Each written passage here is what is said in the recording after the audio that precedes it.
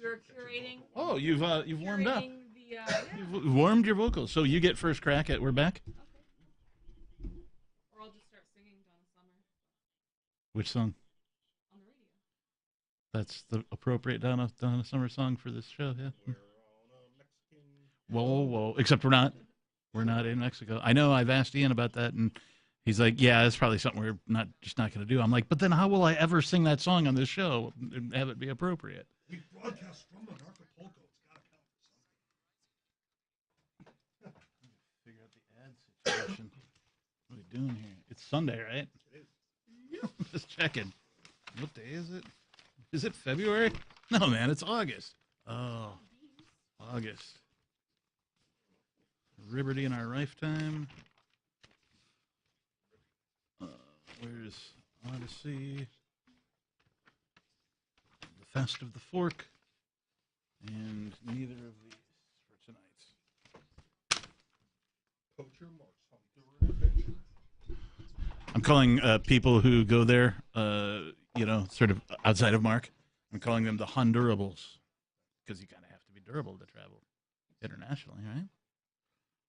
Here we go. Hope you're all ready. Hope I'm ready.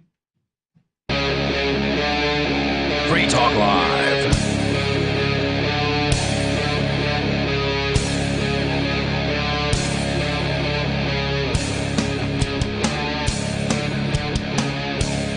And we're back. Yes, we are back. I don't know if anybody was streaming the internet stream just now, but once again, the primary microphone was unmuted. There was some other work going on in this particular studio, and I was, later than I normally am getting to this particular studio today, and so my normal pre-show was rushed. My checks, if you will, my pre-flight, steps that I go through to make sure. And hopefully this segment's actually going out on broadcast. Well, I checked that, of course, because that's still a fresh wound from last week when there was some sort of technical thing where, it said we were connected, but indeed we were not, at least for the first segment. So it is Free Talk Live. Welcome. Thank you for tuning in. Thank you for listening.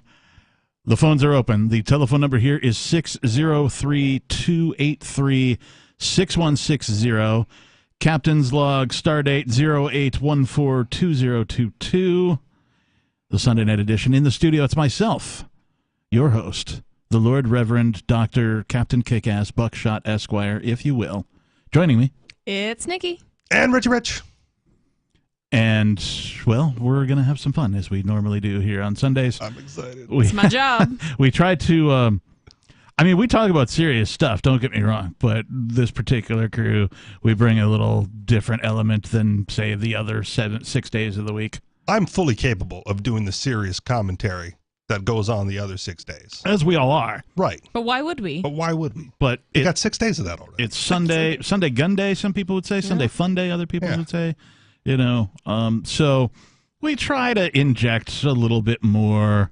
I don't know, lightness, humor, levity. if you will. Levity. Yeah, that's a good word. I like that. Yeah. Levity. It reminds me of, who's the, remember they'd always thank, you remember the People's Court? The original Judge Wapner? Okay. Yeah. They had a lawyer they'd always thank at the end. It was like Doug Llewellyn or something, I think. I have no idea. Yeah, okay. Anyway. I was too young for the Wapner era, for the most part. Yeah, but there was reruns, man. It's like saying you were too young for Gilligan's Island.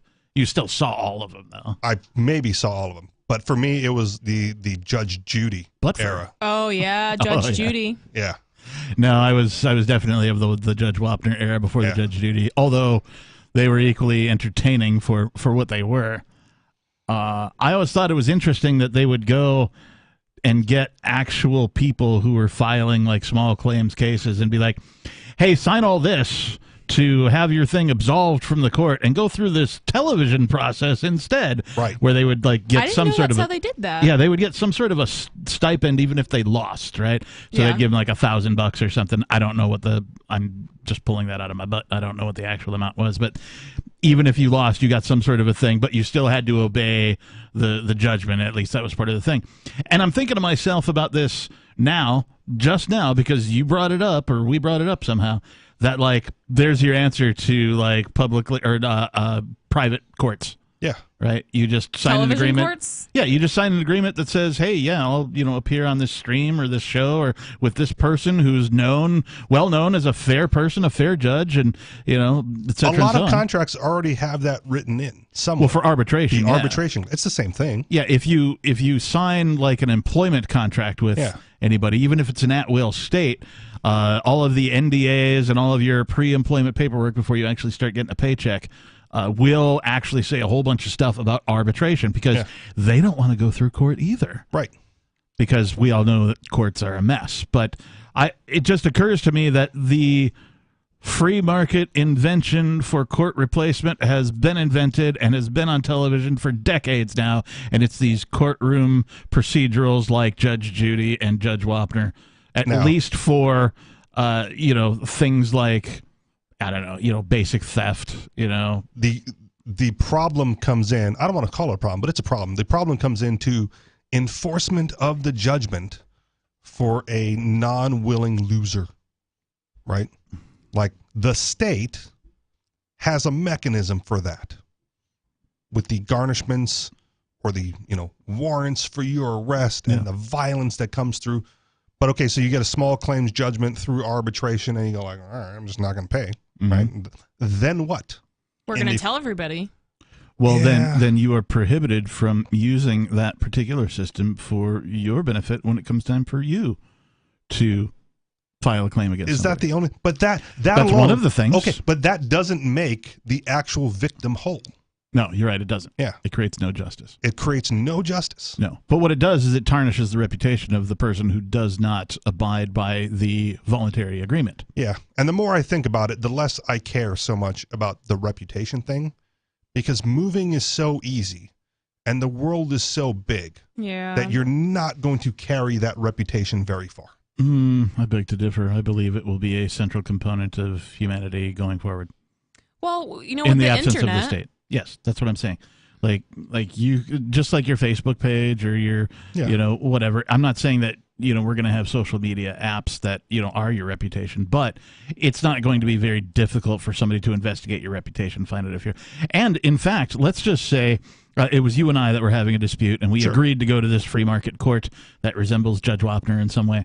And I knew in advance, before we even agreed, like let's say the option was in front of us, and I did my research, or my representative, pseudo attorney, whatever you want to call this person, did the research, and they went, this Richie Rich guy has agreed to go to these things and has not once abided by the decision. I might take that into account for, with my filing. Do I actually want to go forward with this type of an agreement with you as a defendant based on your reputation for not fulfilling these things? And I might ask my judicial service provider, my JSP, for a different solution, for a creative solution. Okay. So, and then I moved to Nebraska, and they're linked? I mean, why wouldn't they? Because there's no reason to be.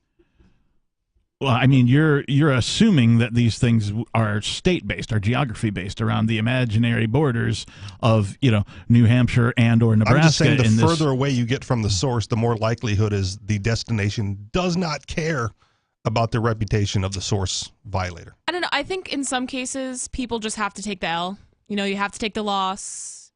Hopefully, someone will be honest enough to pay up whatever they're owed.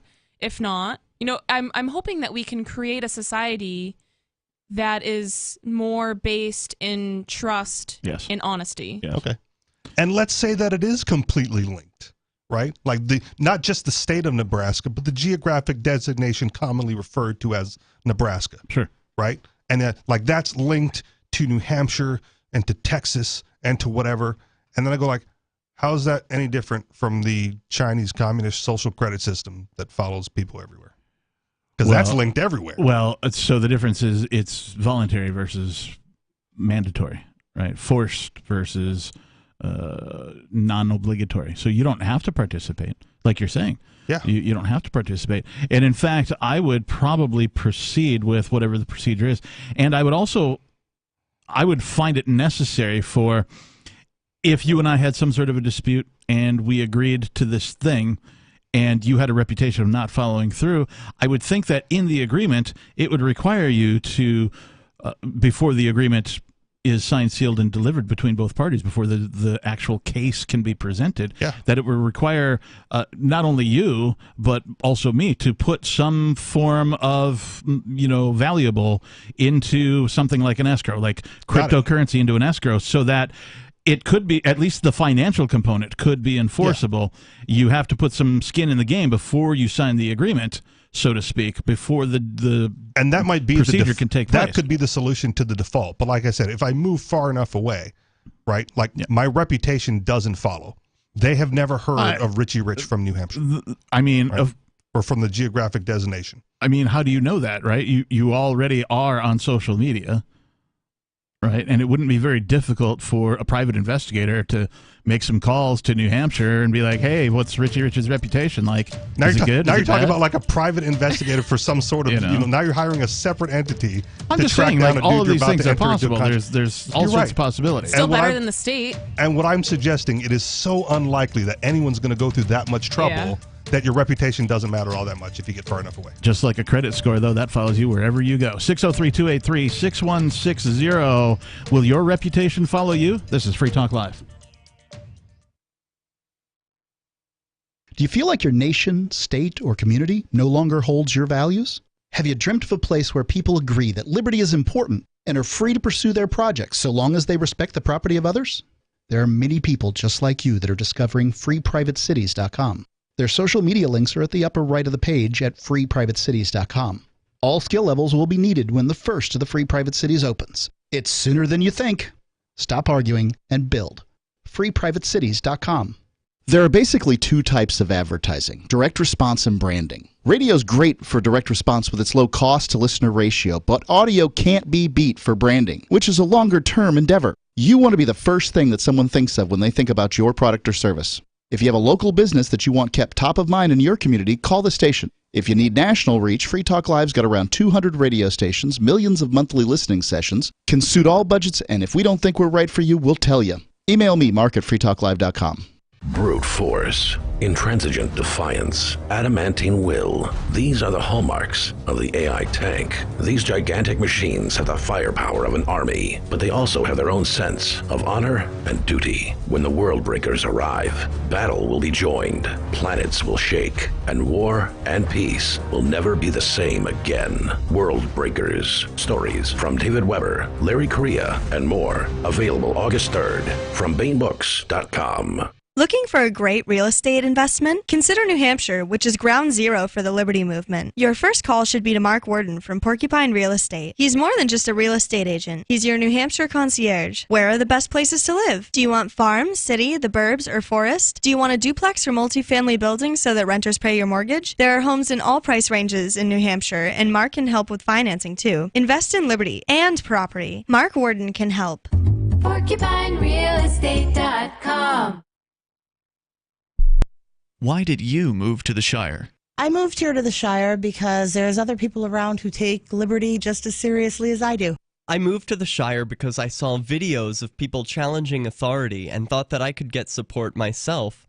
It called to me, like, do this, right now. I wanted to be around people like me who got it, and once I got here, I knew there was nowhere else that I wanted to be. I've always wanted to change the world, so I moved to the Shire to join people who were actually working towards doing the same thing.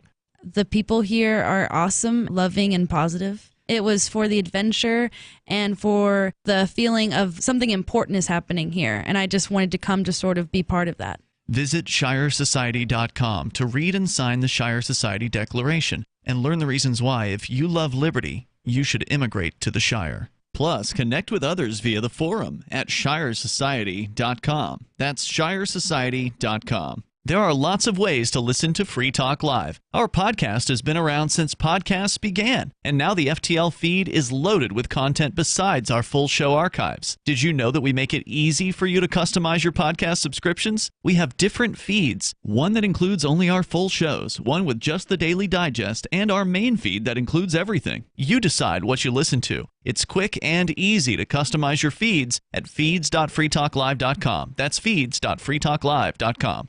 So you've signed the Shire Society Declaration and are planning your move to New Hampshire to be around more liberty-oriented people. Next, sign up for the Shire Society Forum at forum.shiresociety.com. There are a bunch of people there who are already in the Shire, and they want to meet you. If you're already in the Shire physically, you should also come by the forums. Remember, not everyone uses Facebook. New people are signing up for the Shire Society Forum every month, so drop in and say hello at forum.shiresociety.com. Our Matrix server is about as free as internet chat can be. Join the existing rooms or create your own at chat.freetalklive.com.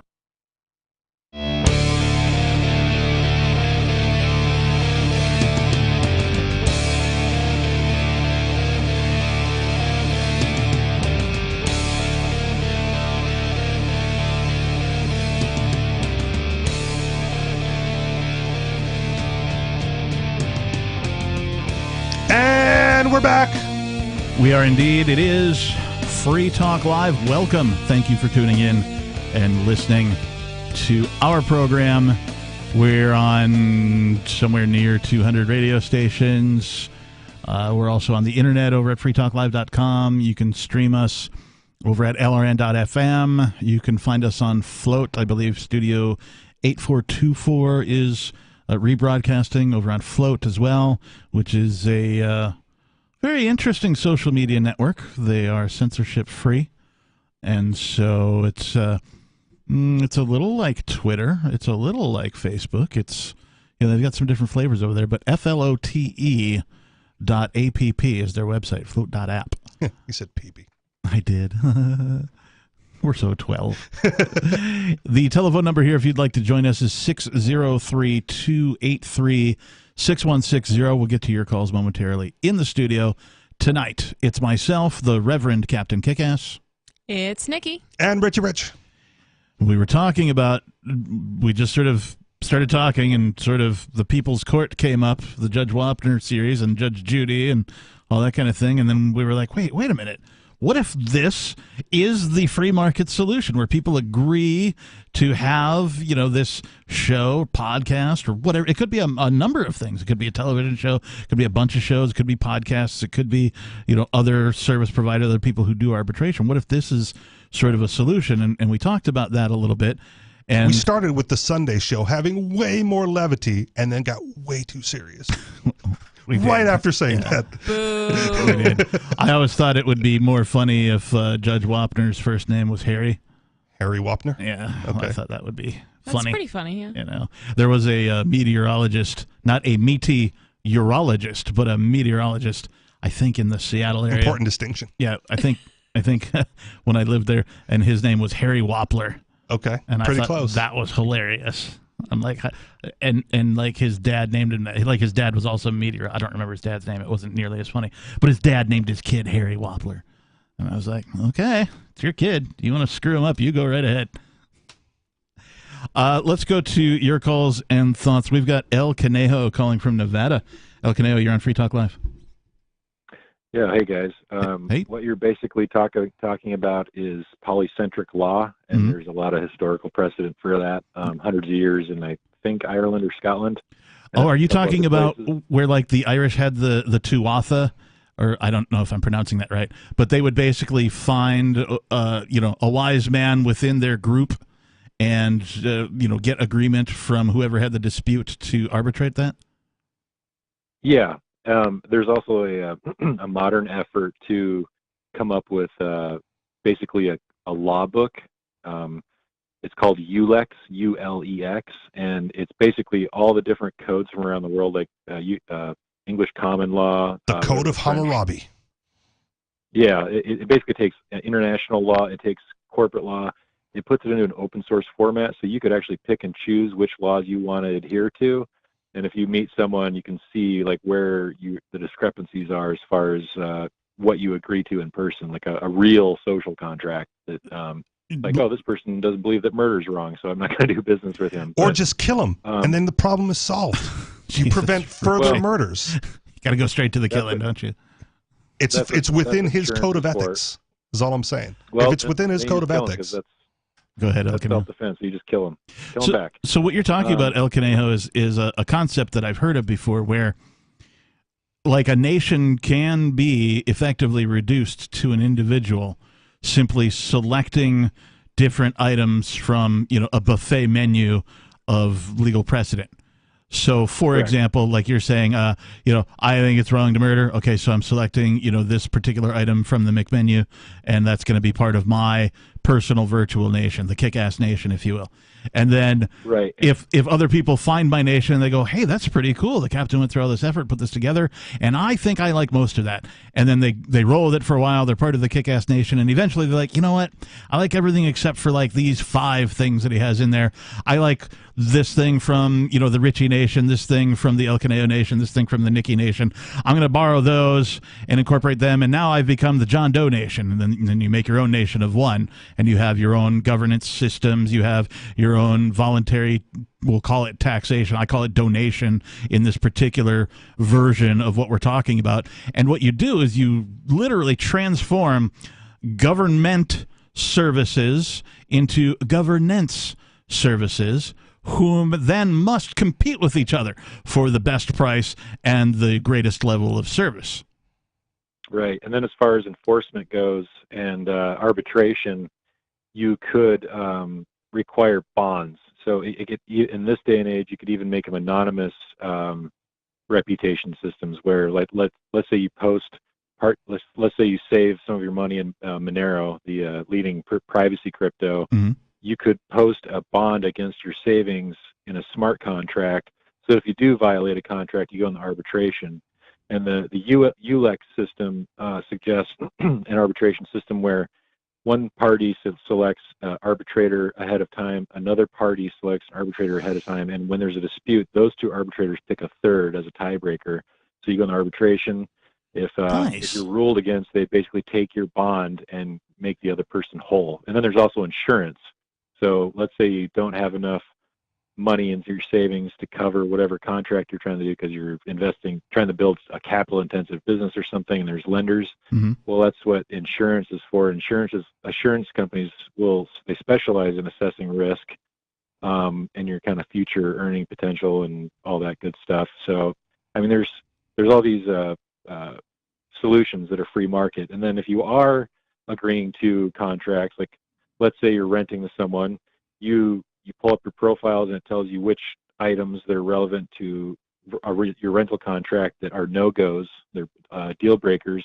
Oh, this person doesn't have any, or this person has 1 or 2. They can sign that, like, in this one instance, I'll agree to this term. And then if they break the contract or destroy your property or whatever, both your contracts could have in it where you subscribe to the arbitration service, but you also subscribe to enforcement. So you're voluntarily saying, if I am ruled against and I don't make good on my promises or whatever, I do something egregious where there's injury, not necessarily just property harm where I need to use my bond, then I agree that the enforcement bounty hunters essentially can come. That dog, the bounty hunter, is going to come after you. The Pinkertons are going to go from Nebraska or New Hampshire to Nebraska to come and get me.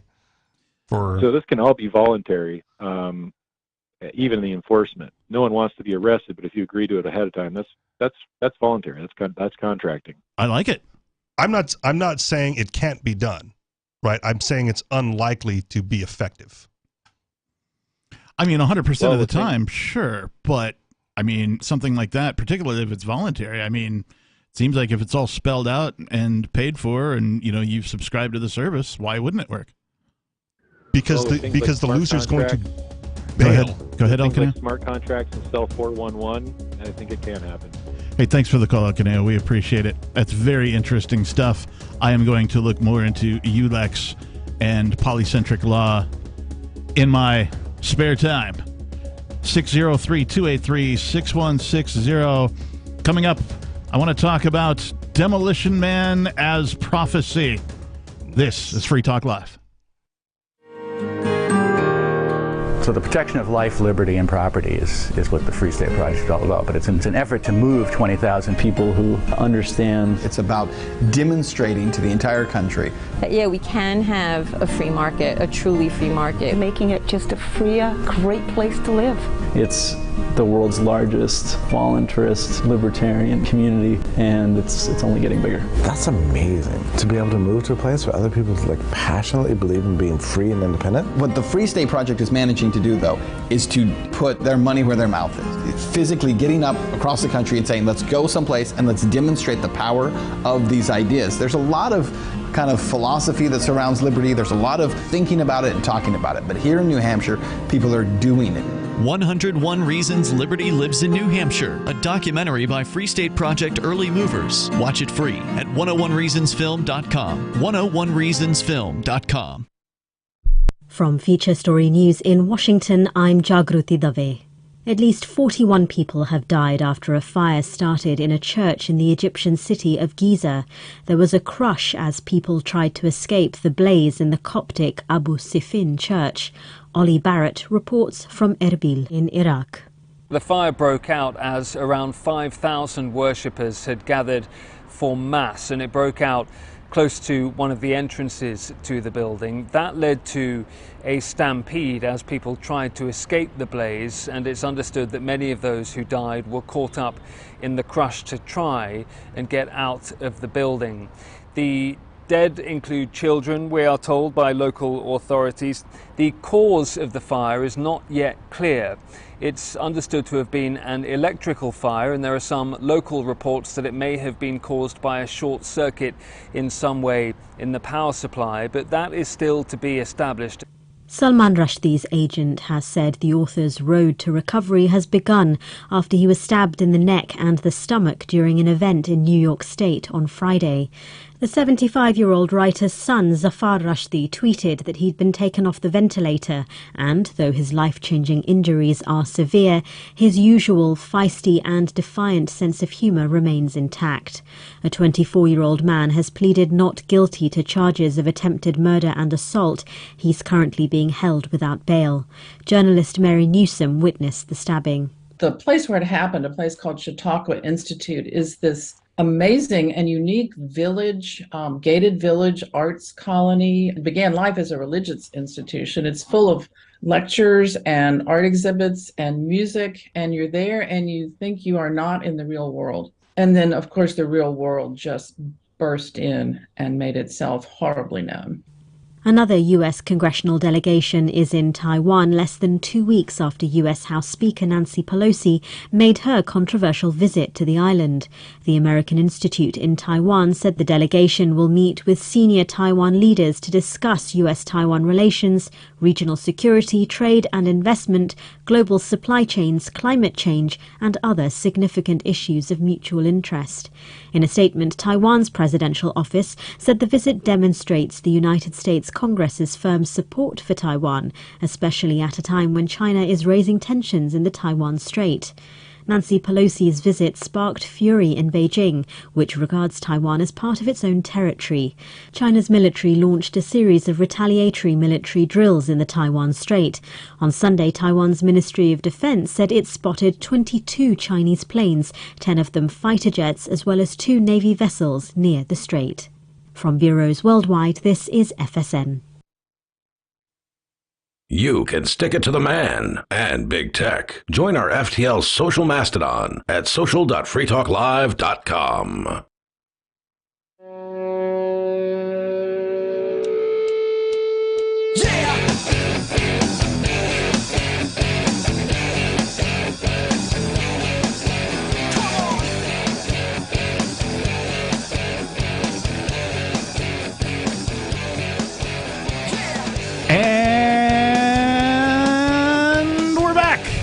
Shifted at just the right time. I was running out of breath too. Okay. Like I'm a little out of. I don't do a lot of singing, and so I'm out of practice with like the breathe with your diaphragm. And Okay. like, You the didn't warm exhaling. I did not. No, Nikki did. I did. I I've been sang for singing 2.5 hours. Yeah, I've been singing in the car. You are a dedicated individual. Curating my wedding playlist. I had to. Ooh. I have to ask. Will there be Led Zeppelin? No. Nice. It's disco. I'm far more likely to attend now. It's disco themed. Although I could see, somebody like, trying to, get under the captain's skin, like, I don't know, hey, I got you a new T-shirt, dude. Hands me a Led Zeppelin Right. T-shirt or something like that. That'd be fun. Play Stairway to Heaven. Yeah. Led Zeppelin supergroup voted by British people some years ago. Yeah. I mean, like they matter. I like Led Zeppelin. I have a Led Zeppelin tattoo on my arm. You do. So It's true. I do. I've seen it. And they're not going to be at the wedding? But they're playing live at the wedding. Oh, okay. You heard it here first. It is Free Talk Live. The telephone number is 603-283-6160. We've got some open phone lines. We've got some callers on hold. In the studio, it's myself, the captain. It's Nikki. And Richie Rich. Let's go to more of your calls because Mr. James in Michigan had something to say. James, you're on Free Talk Live. Yeah, in your previous conversation, you were talking about how to enforce the reputation. Yes. And we kind of already have a system like that. It's basically your FICO score. It's a private company that keeps your score, and private banks decide whether or not to do business with you based on it. I'm not familiar with the interworkings of the FICO score. Is FICO different from your credit score? No, it's your credit score, basically, is what I'm talking about. Okay. Okay. So how many contracts do you enter into on a daily basis where they run your credit score to see if they're willing to do business with you? Well, I mean, hopefully daily not too basis, many, or else it affects your credit score. Yeah, like zero, right? I mean, the only thing I've needed a good credit score for is to get a loan. Right. Right. So either for property or for like a vehicle. Right. Those types of things. Other than that, my FICO score has had little to no impact on my life. So go ahead. I was just going to say, so instead of a credit score, it's a social credit score. Is that what you'd be referring to? Basically, it would be a private score that, say, I wanted to do business with you, I'd be like, I got to look up your score and see what it is before I do business with you. Sure. But people don't look up the completely credit score now to see if you're financially viable to do business. Well, Not even banks just do that. If they care about their shareholders. You're talking about like cars and real estate, and that's about it's it. up for interpretation, Yeah, well, too, that's as far just as an the example. social things go. So if you're a credible, honest person. I'll give you a practical example. Signing a lease agreement for an apartment. Yeah. Right? A lot of landlords, like some landlords, don't care. They want to see a pay stub, and they want to see first and last, and then they'll sign a lease. To the other landlords, they want your social security number. They're going to have you pay $50 or $100 up front, whatever it is, for a credit check fee. They're going to check your credit before they lease the apartment to you, depending on how much they value the property, how much, the size of the neighborhood, right? The credit check generally happens more inside of like big cities than it does sort of, in the rural areas where everybody's sort of more familiar with everybody. But that's a practical example of when that type of a system kicks in. I guess that's my point. In a world that we'd love to be in without the government and the courts, yeah, there would be private companies stepping up along that line to provide that service, because I think it would be useful. Yeah. Useful for big purchases. That's all I'm saying. I'm it's not not a day-to-day thing. I might be controversial here in this room saying this, but I'm not necessarily against having a social credit score. I guess it depends what it's used for, As right? long as it's not mandated by the government. The problem with your reputation rating is you don't get to determine it anyway. Sure, you do, by your actions. That's okay, but other people can still affect your social credit score. Sure. Right, through no fault of your own. Right? I mean, I don't know. Like, we're in the middle of cancel culture. Have you ever? That's a social credit score. Say one wrong thing. One wrong thing and you're done. Have you ever gone to Yelp? Yeah.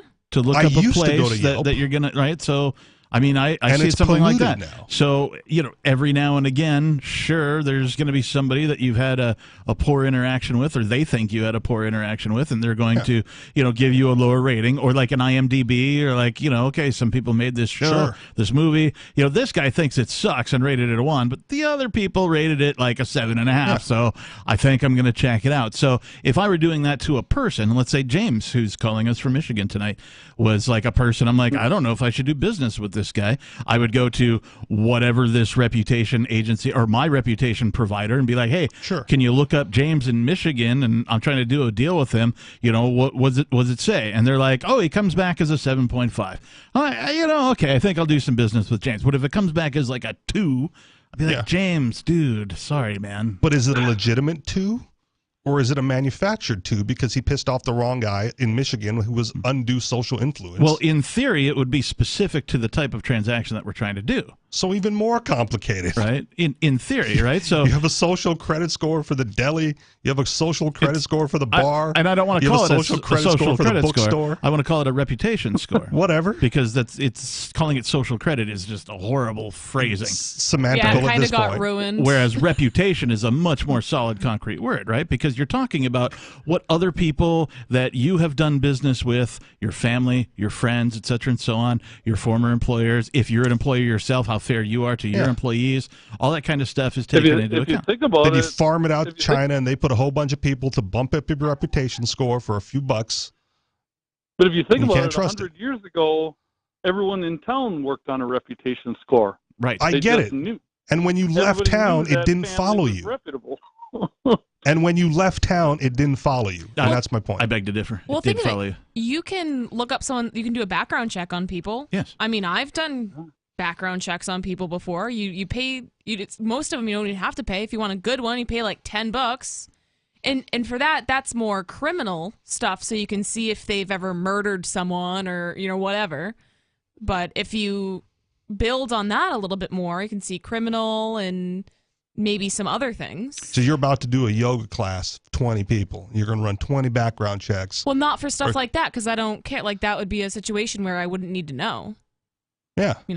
But if she were going into business with a yoga partner and wanted to make sure that the partner she was going to invest into her yoga business with was on the up and up and legit and had a reputation for following through on their agreements, and she might deploy that. And he paid for that. And to your to point, bump the score. and she to goes your into point, business and gets screwed. To your point, Richie Rich, about the reputation not following, I beg to differ. Even in the Old West, people would move from town to town, and the baddest of the bad would have the reputation following. They're like, oh, that's old Billy over there. The baddest of the bad.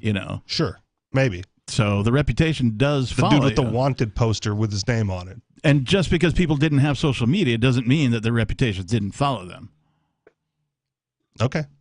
You're saying the people that you met here checked on you. Like, we're going to call all the captain's friends in Seattle to see if we were going to hang out with them. It's possible. Nobody did that. James? I guess my point is I would much rather that system than having to go to a government court and fight with my old business partner in a legal battle that's never going to come to any conclusion. Amen to that, James. Hey, thanks for the call tonight. We appreciate you. 603-283-6160 if you want to weigh on this or anything else, really. And again, it depends on the person. I'm going to message all of Captain's mutuals on the old Facebook there to see, is this guy really who he says he is? Is that really worth your time? No. Are we even in a position where you and I are going to do business for anything? No. Okay, well then waste your time if you want to. I'm not going to. I'm confident in my reputation. Okay. So that's fine. Investigate away. I'm not going to, and I don't think most people are going to. Make sure you bring your results to next week's show. No. 603-283-6160. This is Free Talk Live. More coming up, including Demolition Man as prophecy? Anyone can publish on the internet, but not everyone is publishing material suited for online reading. According to the Yahoo Style Guide, it cautions that internet content has a few seconds, 3 or less, to encourage people to read more, to take action, or navigate to another one of your pages. So make it easy for readers to pick and choose. Isn't that the way you poke around online? Use short words, short sentences, short paragraphs, bulleted lists, and short pages. Front load what you write, putting the most important information at the beginning of headlines and paragraphs and sentences. Same goes for your keywords, what someone would likely type into the search box on Yahoo or Google. For more tips on communicating better online or in a job interview or everyday life, hit survivalspeech.com. I'm Holland Cook. The new 4th edition of Healing Our World, The Compassion of Libertarianism, will take your understanding of liberty to a deeper level and has over 1,300 updated references, new cartoons, and a foreword by Dr. Ron Paul. With discounts for multiple book purchases, the 4th edition of Healing Our World is a great gift for the liberals, pragmatists, environmentalists, and Christians in your life who think libertarianism is cold-hearted. Get yours today at healing.freetalklive.com and use promo code FTL for a $5 discount. What if you want to hear the latest episode of Free Talk Live, but all you have is your phone, you forgot to download our archive, and you have no data connection? You can call our Listen line at 641-793-0191. That's a long-distance number, so you may incur charges. If not, listen as long as you want. 641-793-0191. The Free Talk Live Listen line, 641-793-0191. Free Talk Live. I'm a supporter of law enforcement, and my boyfriend's a police officer. What if there was a law passed that made cigarettes illegal? Would you also support your boyfriend going and raiding people's homes and businesses because they had some black market cigarettes? Enforce laws if people are smoking cigarettes and they're not supposed to be? Yeah. Would he enforce them? Yes. Yes, he would. Right, that's the problem. It's his job. Can I go to a more extreme example then, Lindsay? What if it was like Nazi Germany in 1939 and Jews were illegal? Would your boyfriend go around and grab them and throw them into concentration camps because it was the law? If it was his job, he would do it. God. Wow. I'm not saying it's not a personal issue. If it's his job, personal. Doing something wrong is doing something wrong whether you've got the law on your side or not, ma'am. Free Talk Live, 7 nights a week from 7 to 10 Eastern, live on the Liberty Radio Network at LRN.FM. Tired of cancel culture? Sick of mega tech corporations holding an axe over your head? Join the LRN.FM Matrix chat server. It's self-hosted, so no one else can tell us what to do or say. Don't like the existing channels? You can make your own. You can even connect into some of our channels from other Matrix servers. It's federated. For the full LRN.FM Matrix experience, though, you should join our server via the step-by-step instructions at chat.lrn.fm. Chat.lrn.fm. My name is Jacob Hornberger. I'm president of the Future of Freedom Foundation, which Congressman Ron Paul awarded for having an outstanding freedom website. Write us at fff@fff.org, and we'll send you a free 3-month subscription to our monthly journal of libertarian essays and our booklet, Economic Liberty in the Constitution, which George Mason University economics professor Walter Williams praised in a recent column. That's fff@fff.org. Don't miss a moment of Free Talk Live. Get our archives daily via our podcast at feeds.freetalklive.com.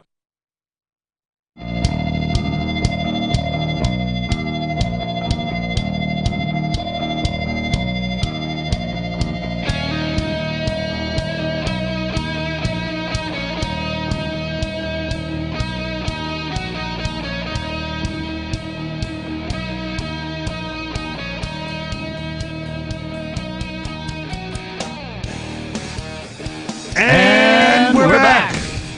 It is the Sunday night edition of Free Talk Live. You can find out all about us over at freetalklive.com, including our archives that go back, well, a really long time. The show's been around for a couple of decades now, I guess. So, almost 20, apparently. It's coming up. Oddly enough, the 20th anniversary, I believe Mr. Freeman mentioned this last night on the show, will coincide with his trial date for the Crypto 6. Imagine how young Mark looked when they first started this thing. It is Sunday, and I do want to mention I've been sort of pimping the show, The Anarchists. I'm receiving no compensation at all. I just think it's interesting. Those people put on Anarchapulco, and reasonably successful, sort of coming together of people who have the voluntary mindset, whether they're libertarians, they're anarchists, they're voluntarists, or just freedom-loving people.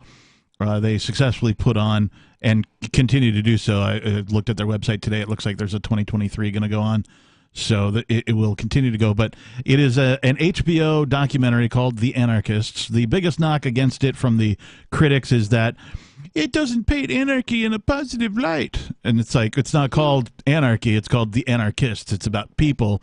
People, of course, have different personalities and interact differently and have different values than other individuals. So it is a documentary about the individuals, not about the philosophy. Can I give one quick critique since I'm caught up as well?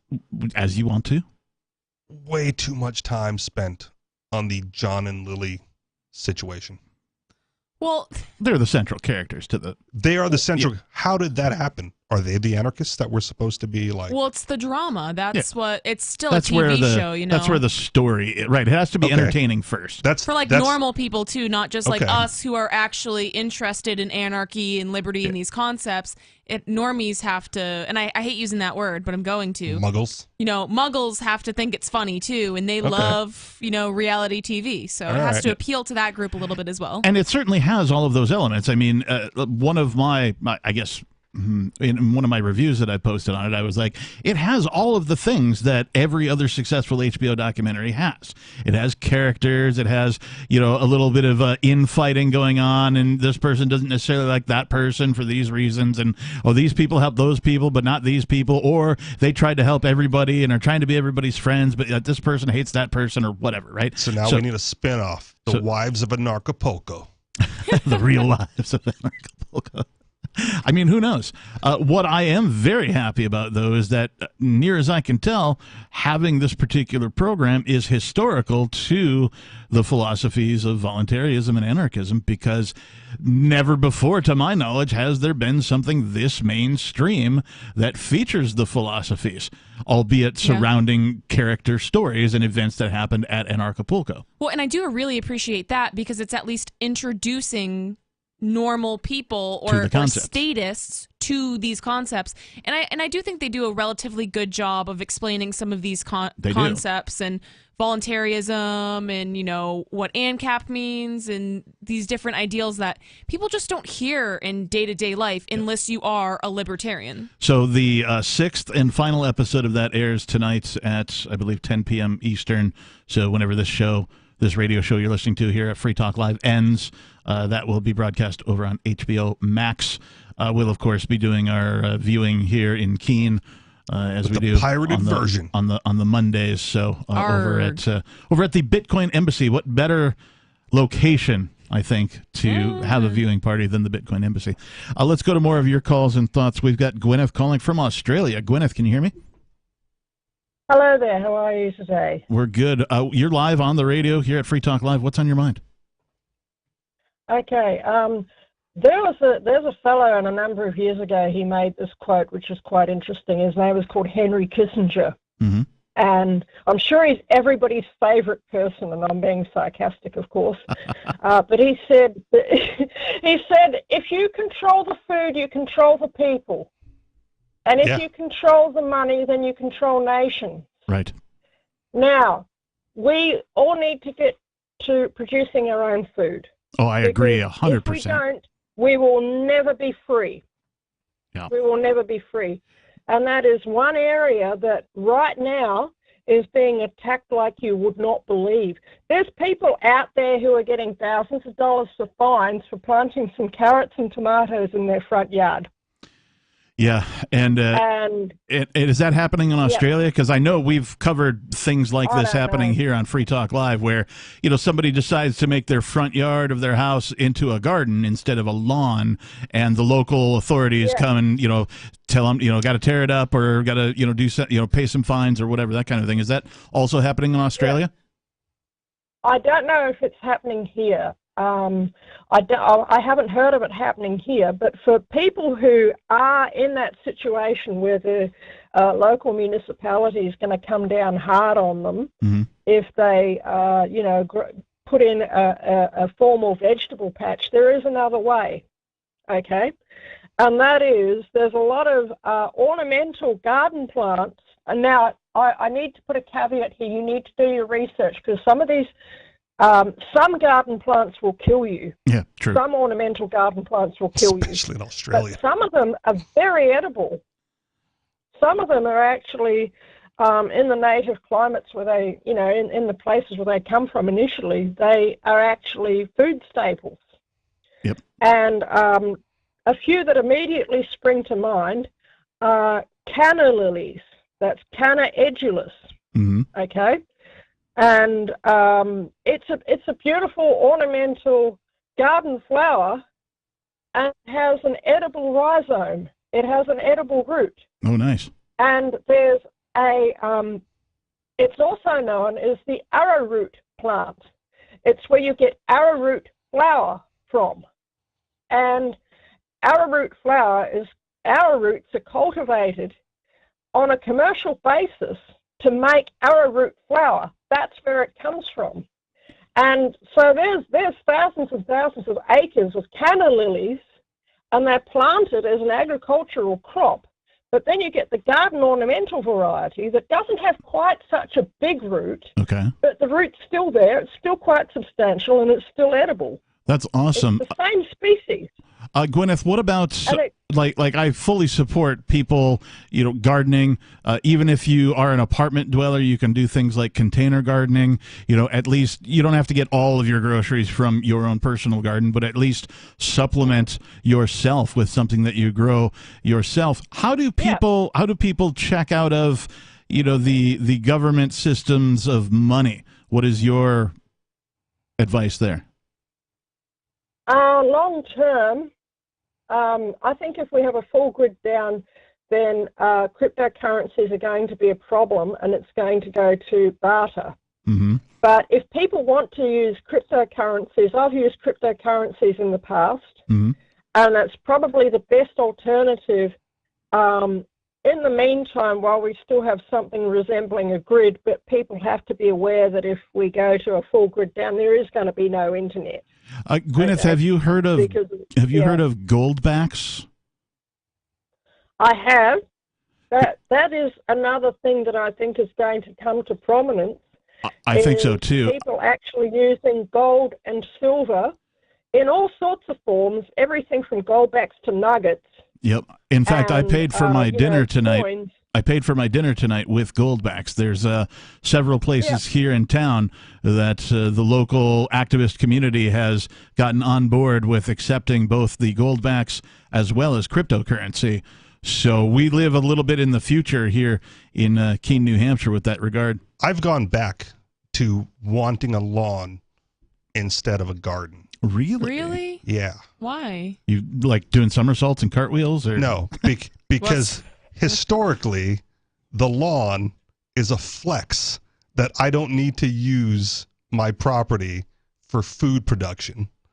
I'm wealthy enough that my food needs are taken care of, that I can waste all this land on useless grass and water. And waste all this water. Right. And I would rather have that level of wealth while you guys are toiling at the soil. Yeah, but what if the apocalypse happens and we're already talking about food shortages? I mean, I got it. Hey, Gwyneth, but if thank I have you that level so of much wealth, for the call. We appreciate it. Feel free to call us between 7 and 10 p.m. Eastern Time. Thank you for calling from Australia. So, wait a minute, Richie Rich. If I'm hearing you right, you're saying that as a midlife crisis, instead of buying a motorcycle or something, you're like, I'm just going to forego the garden and have a lawn? I'm not saying as a midlife crisis. I'm saying wealthy enough to be able to do that. More Free Talk Live is coming up. Are you tired of governments murdering people around the world? Stop using their money. There is an alternative. Bitcoin is a stateless, free market, non-political currency. Bitcoin cannot be inflated or controlled by any government. By using their money, you are helping the state. You have an incredible alternative available now. Learn it, use it, spread it. Get started with Bitcoin at Bitcoin.com. That's Bitcoin.com. If you want to know the latest about Free Talk Live before we go on the air, all you need to decide is how you want it delivered. It's your choice. Visit news.freetalklive.com to receive our usually weekly news updates by email. Plus, we have a Twitter account at twitter.freetalklive.com, and you can follow us on the decentralized Mastodon platform at toot.freetalklive.com. So please follow us at toot.freetalklive.com and sign up for our emails at news.freetalklive.com. Is oral health important to you? If you don't like your own teeth, fresh breath, or kissing people, then by all means stop listening. Several years ago, I met Jessica Armand, founder and CEO of My Magic Mud, and I became passionate about the product that she created and never want to live without it. It's clinically proven to whiten teeth, but I find it does much more. They want you to love My Magic Mud as much as I do, so they're giving you a money-back guarantee plus 20% off. Go to mymagicmud.com and use coupon code FTL20 at checkout. mymagicmud.com, FTL20. There are lots of ways to listen to Free Talk Live. Our podcast has been around since podcasts began, and now the FTL feed is loaded with content besides our full show archives. Did you know that we make it easy for you to customize your podcast subscriptions? We have different feeds, one that includes only our full shows, one with just the Daily Digest, and our main feed that includes everything. You decide what you listen to. It's quick and easy to customize your feeds at feeds.freetalklive.com. That's feeds.freetalklive.com.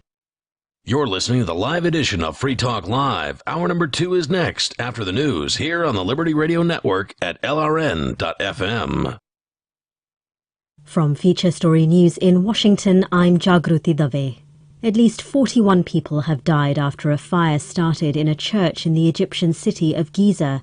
There was a crush as people tried to escape the blaze in the Coptic Abu Sifin church. Ollie Barrett reports from Erbil in Iraq. The fire broke out as around 5,000 worshippers had gathered for Mass, and it broke out close to one of the entrances to the building. That led to a stampede as people tried to escape the blaze, and it's understood that many of those who died were caught up in the crush to try and get out of the building. The dead include children, we are told by local authorities. The cause of the fire is not yet clear. It's understood to have been an electrical fire, and there are some local reports that it may have been caused by a short circuit in some way in the power supply, but that is still to be established. Salman Rushdie's agent has said the author's road to recovery has begun after he was stabbed in the neck and the stomach during an event in New York State on Friday. The 75-year-old writer's son, Zafar Rushdie, tweeted that he'd been taken off the ventilator and, though his life-changing injuries are severe, his usual feisty and defiant sense of humour remains intact. A 24-year-old man has pleaded not guilty to charges of attempted murder and assault. He's currently being held without bail. Journalist Mary Newsom witnessed the stabbing. The place where it happened, a place called Chautauqua Institute, is this amazing and unique village, gated village arts colony. It began life as a religious institution. It's full of lectures and art exhibits and music, and you're there and you think you are not in the real world. And then, of course, the real world just burst in and made itself horribly known. Another U.S. congressional delegation is in Taiwan less than 2 weeks after U.S. House Speaker Nancy Pelosi made her controversial visit to the island. The American Institute in Taiwan said the delegation will meet with senior Taiwan leaders to discuss U.S.-Taiwan relations, regional security, trade and investment, global supply chains, climate change, and other significant issues of mutual interest. In a statement, Taiwan's presidential office said the visit demonstrates the United States Congress's firm support for Taiwan, especially at a time when China is raising tensions in the Taiwan Strait. Nancy Pelosi's visit sparked fury in Beijing, which regards Taiwan as part of its own territory. China's military launched a series of retaliatory military drills in the Taiwan Strait. On Sunday, Taiwan's Ministry of Defense said it spotted 22 Chinese planes, 10 of them fighter jets, as well as 2 Navy vessels near the strait. From bureaus worldwide, this is FSN. With FSN Spotlight, I'm Simon Marks, with more today on Friday's violent assault on Satanic Verses novelist Salman Rushdie. He's faced an Iranian fatwa threatening his life since the book was published in 1989. He was stabbed nearly 10 times as he was about to address a literary conference in New York, where he was due to tell the audience that America offered safe haven for writers. That turned out not to be the case. Brendan O'Neill is the chief political writer at Spiked. Very shocking, but at the same time not particularly surprising, because we know that he's had this bounty hanging over his head for 33 years, courtesy of the Iranian regime. I think it really I think it was a violent form of cancel culture. I think it was, I mean, we do need to wait for more details. It does look like the suspect was a fan of Iran and possibly a fan of Hezbollah as well. So there does seem to be a link between the fatwa and what happened to Salman Rushdie, but we do need more details. But from my first impression, it seems to me to be an incredibly violent form of censorship designed to punish a man whose only crime was to write a novel, and that should be intolerable for anyone who believes in freedom and civilization. And he says it is the West's pressing duty now to consider whether it has offered enough public defence of Salman Rushdie's freedom of expression. With FSN Spotlight, I'm Simon Marks. The main headlines again. At least 41 people have died after a fire started in a church in the Egyptian city of Giza. Salman Rushdie's agent said the author's road to recovery has begun after he was stabbed in the neck and the stomach during an event in New York State on Friday. And another U.S. congressional delegation is in Taiwan less than 2 weeks after U.S. House Speaker Nancy Pelosi made her controversial visit to the island. And that is the latest from Feature Story News. I'm Jagruti Dave in... Many thought that a politician with a publicly inebriated lifestyle would be unelectable. But Dave Tillis has proved them wrong, winning over voters by loudly rambling on about issues they care about. Everybody's got to know that drugs are Americans, and we love America! And we want to make it awesome! Oh my God, let's do this! Let's be a senator! I love you guys! Tillis' total fearlessness and lack of inhibition seem to speak to voters. This week, those supporters had something to celebrate as Senator Tillis proposed his first piece of legislation, the All Bus Stops Should Have Shelters bill. But does that mean you deserve to wake up in the snow? Hell no. Let's make a shelter on all bus stops. Ow! This idea is genius! This is the Onion News Network.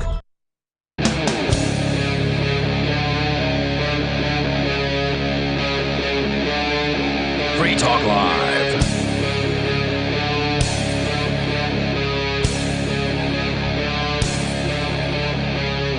And we're back. Indeed we are. It is the Sunday nights edition of Free Talk Live. The telephone number you need is 603-283-6160. Again, 603-283-6160. If you want to participate in tonight's program, you can call, talk about anything that we've been talking about. We've been talking about a lot of stuff about, free market court systems, how something like the People's Court, the television show, might be a template for a free market court system. We've had some callers call in and talk to us about free market arbitration systems, subscription services, something called... what was it called? ULEX, yes, thank you. And how this is based on, old maritime law, things of that nature. We've talked about different arbitrations. We've talked about voluntary reputation systems, what that might look like, how that might affect transactions with people. So you can call about any of that. I also do want to talk about Demolition Man as prophecy. And if you don't know what that is, we'll get into that. But in the studio tonight, it's myself, the captain. It's Nikki. And Richie Rich. I want to first go to Tom in New Hampshire, who's calling. Tom, you're on Free Talk Live. Good evening. I want to break a news story about the documents seized out of Trump's property at Mar-a-Lago. And now we have to fix a news story. Vladimir Putin, he told Trump that the Russian government would confiscate Trump's properties in Russia unless Trump would transfer these documents about nuclear missiles, top secret documents, to the Russian government. And greedy Trump said, well, okay, I'll get these documents. I'll bring them to Mar-a-Lago. I'll get you the documents when I can. And, in order just to avoid having his own property being confiscated. Okay, so knowing the reputation of Tom in New Hampshire, I'm going to say, please cite your source. They heard it here first. I cannot disclose my sources because I just made it all up. Ah, well, there you go. Did he just hang up? Or he got cut off by Putin and the Russians. I think he just hung up. Okay. Tom? Okay, well, thanks for the call, Tom. Good thing someone here knew about Tom's reputation and was able to call out that BS. Well, we don't need a social credit score. We just need Richie Rich. See, now you would be probably one of the arbiters then, or one of the people that folks would seek out. The town elder to do like the. Can you imagine that? Be the arbitrator, right? Somebody who has a reputation as being a fair man, who calls people out, right? But yet also reviews the evidence and weighs them based on their factual content. I call it right down the middle, Daddy. So, just for giggles, what would your price be if I would want to hire you to look into Captain? Look into Captain? Yeah, like look into message. my eyes. Look at me. Look at me.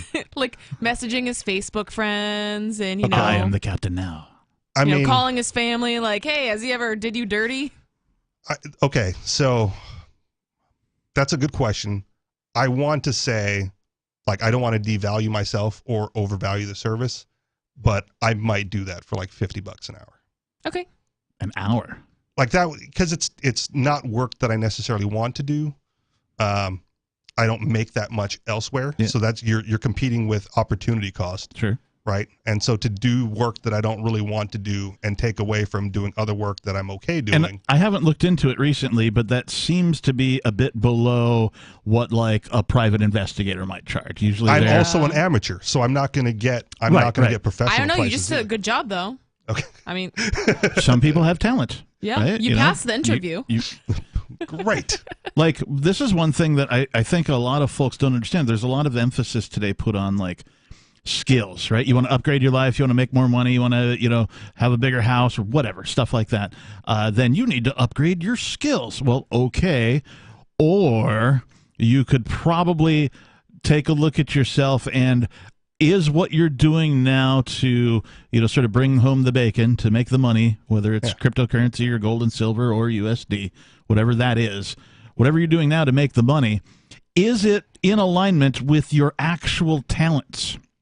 Now, I say this because as a guy who played in heavy metal bands for over 20 years in the West Coast and the Seattle area, I always had a day job. I didn't care if it aligned with like my talents and abilities and that kind of a thing. I just wanted to make money to fuel my band and my weekend adventures. Yeah.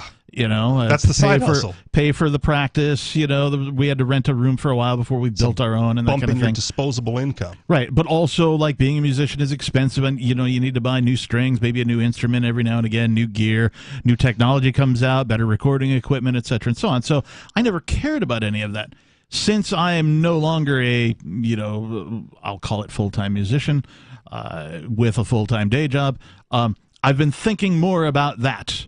Right, with regards to day work. The only group of people that will load $5,000 of equipment into a $500 band or van for $50. For $50, if that. That's for the whole band, not just for the individual. $50 for the whole band. Maybe a couple of beers. Couple of beers. They're usually crappy beers too.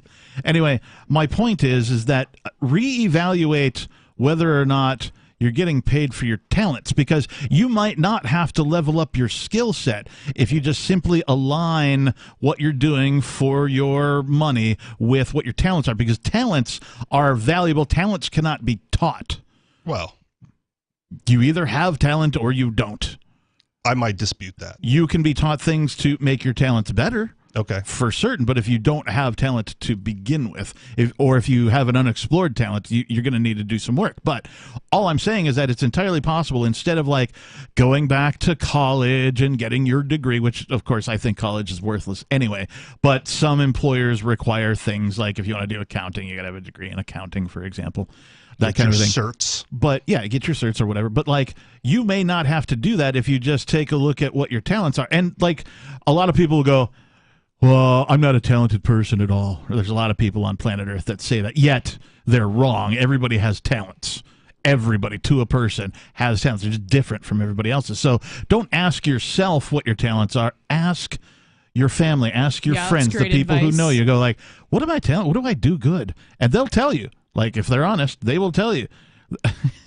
And sometimes, like folks can be, you don't have any talent or whatever, right? Like, you're a bum. You're a loser. But if you have talent, it might behoove you to align what you do for money with your talent in order to further your life, because that would, do a whole bunch of things for you without you having to reinvest in yourself and upgrading your skill set. And typically something you enjoy, too, because not only because then you'll have a fulfilled life and you won't be miserable at work every day, but it gives you more incentive to do a good job and to evolve and to learn more things and to continuously do better. Yeah. Here's an example. A friend of mine is an artist, and he was selling his work. He was doing paintings and that type of thing. And he was selling his work, and he was doing okay, but he wanted to make more money. He was getting ready to get married and have a kid and that kind of stuff. And he thought about it. He's like, well, what can I do without giving up, doing my art? What can I do to make money that is in alignment with painting? And what he decided to do was to start a business helping other artists put together their first portfolios or even revisit their portfolios, which is artist portfolio is a glorified resume for those of you who aren't familiar with artist portfolios. So he would help them put together these very professional looking portfolios so that they could shop themselves around and start selling their art as well. And so it was a perfect complement to what he did, and he didn't have to upgrade his skill set at all. He just simply decided to do something that was in line with his talent already. Yeah. So I think I think it came up on one of the episodes of the School Sucks project, which is sort of out of production but doing a best of, and then they're kind of like in the middle of that. Yeah. Or I might have just read it online. I don't know where I heard it, but it was basically like, if you have a kid, right, who's like good at tennis, yes, but struggling at math, the average parent would hire a math tutor, right, whereas you should hire a tennis coach. Right, and have them integrate the math into the coaching of the player, because it's something they are already naturally drawn to and have shown an interest in, and they will be far more likely to retain the knowledge once it's taught. Yep. 603-283-6160. Still to come, the Prophecy of Demolition Man. This is Free Talk Live. Be well. Do you feel like your nation, state, or community no longer holds your values? Have you dreamt of a place where people agree that liberty is important and are free to pursue their projects so long as they respect the property of others? There are many people just like you that are discovering freeprivatecities.com. Their social media links are at the upper right of the page at freeprivatecities.com. All skill levels will be needed when the first of the Free Private Cities opens. It's sooner than you think. Stop arguing and build. freeprivatecities.com. There are basically two types of advertising: direct response and branding. Radio's great for direct response with its low cost to listener ratio, but audio can't be beat for branding, which is a longer term endeavor. You want to be the first thing that someone thinks of when they think about your product or service. If you have a local business that you want kept top of mind in your community, call the station. If you need national reach, Free Talk Live's got around 200 radio stations, millions of monthly listening sessions, can suit all budgets, and if we don't think we're right for you, we'll tell you. Email me, mark@freetalklive.com. When Monster Hunter International discovers one of Isaac Newton's wardstones being auctioned off, they decide to steal it and use it to destroy the Chaos God once and for all. But a mysterious thief upends their plan, and it soon becomes a race against time as something much older and infinitely more evil awakens in the jungles of South America. Monster Hunter Bloodlines by New York Times bestselling author Larry Correia and Baen Books. Visit monsterhunternation.com for more. Looking for a great real estate investment? Consider New Hampshire, which is ground zero for the Liberty Movement. Your first call should be to Mark Worden from Porcupine Real Estate. He's more than just a real estate agent. He's your New Hampshire concierge. Where are the best places to live? Do you want farm, city, the burbs, or forest? Do you want a duplex or multifamily building so that renters pay your mortgage? There are homes in all price ranges in New Hampshire, and Mark can help with financing too. Invest in liberty and property. Mark Worden can help. PorcupineRealEstate.com. Hi, I'm Derek J. I don't want a politician to represent me. To me, government is the idea that one group of people can coerce everyone to comply with an edict, or face increasing punishments up to and including death. Despite perhaps the most noble of intentions, the best government services are a far cry from what could be provided for by voluntary interactions. Besides, the people who call themselves the government wage wars and put peaceful people in jail for crimes involving no victims. If Starbucks used some of its money to drop bombs, I wouldn't shop there. So why would I support the American empire? The empire does not require my consent. Derek J's Victimless Crime Spree. Watch it for free and order the Director's Cut DVD at victimlesscrimespree.com. That's victimlesscrimespree.com. What if you want to hear the latest episode of Free Talk Live, but all you have is your phone, you forgot to download our archive, and you have no data connection? You can call our Listen line at 641-793-0191. That's a long-distance number, so you may incur charges. If not, listen as long as you want. 641-793-0191. The Free Talk Live Listen line, 641-793-0191.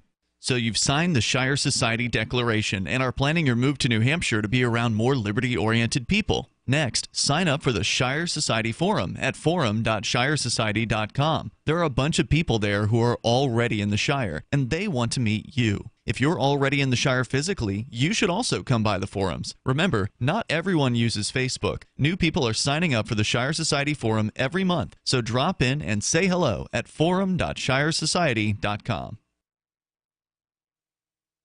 We're still not sure why you'd want to watch, but our video feed is streaming nightly for free at cam.freetalklive.com.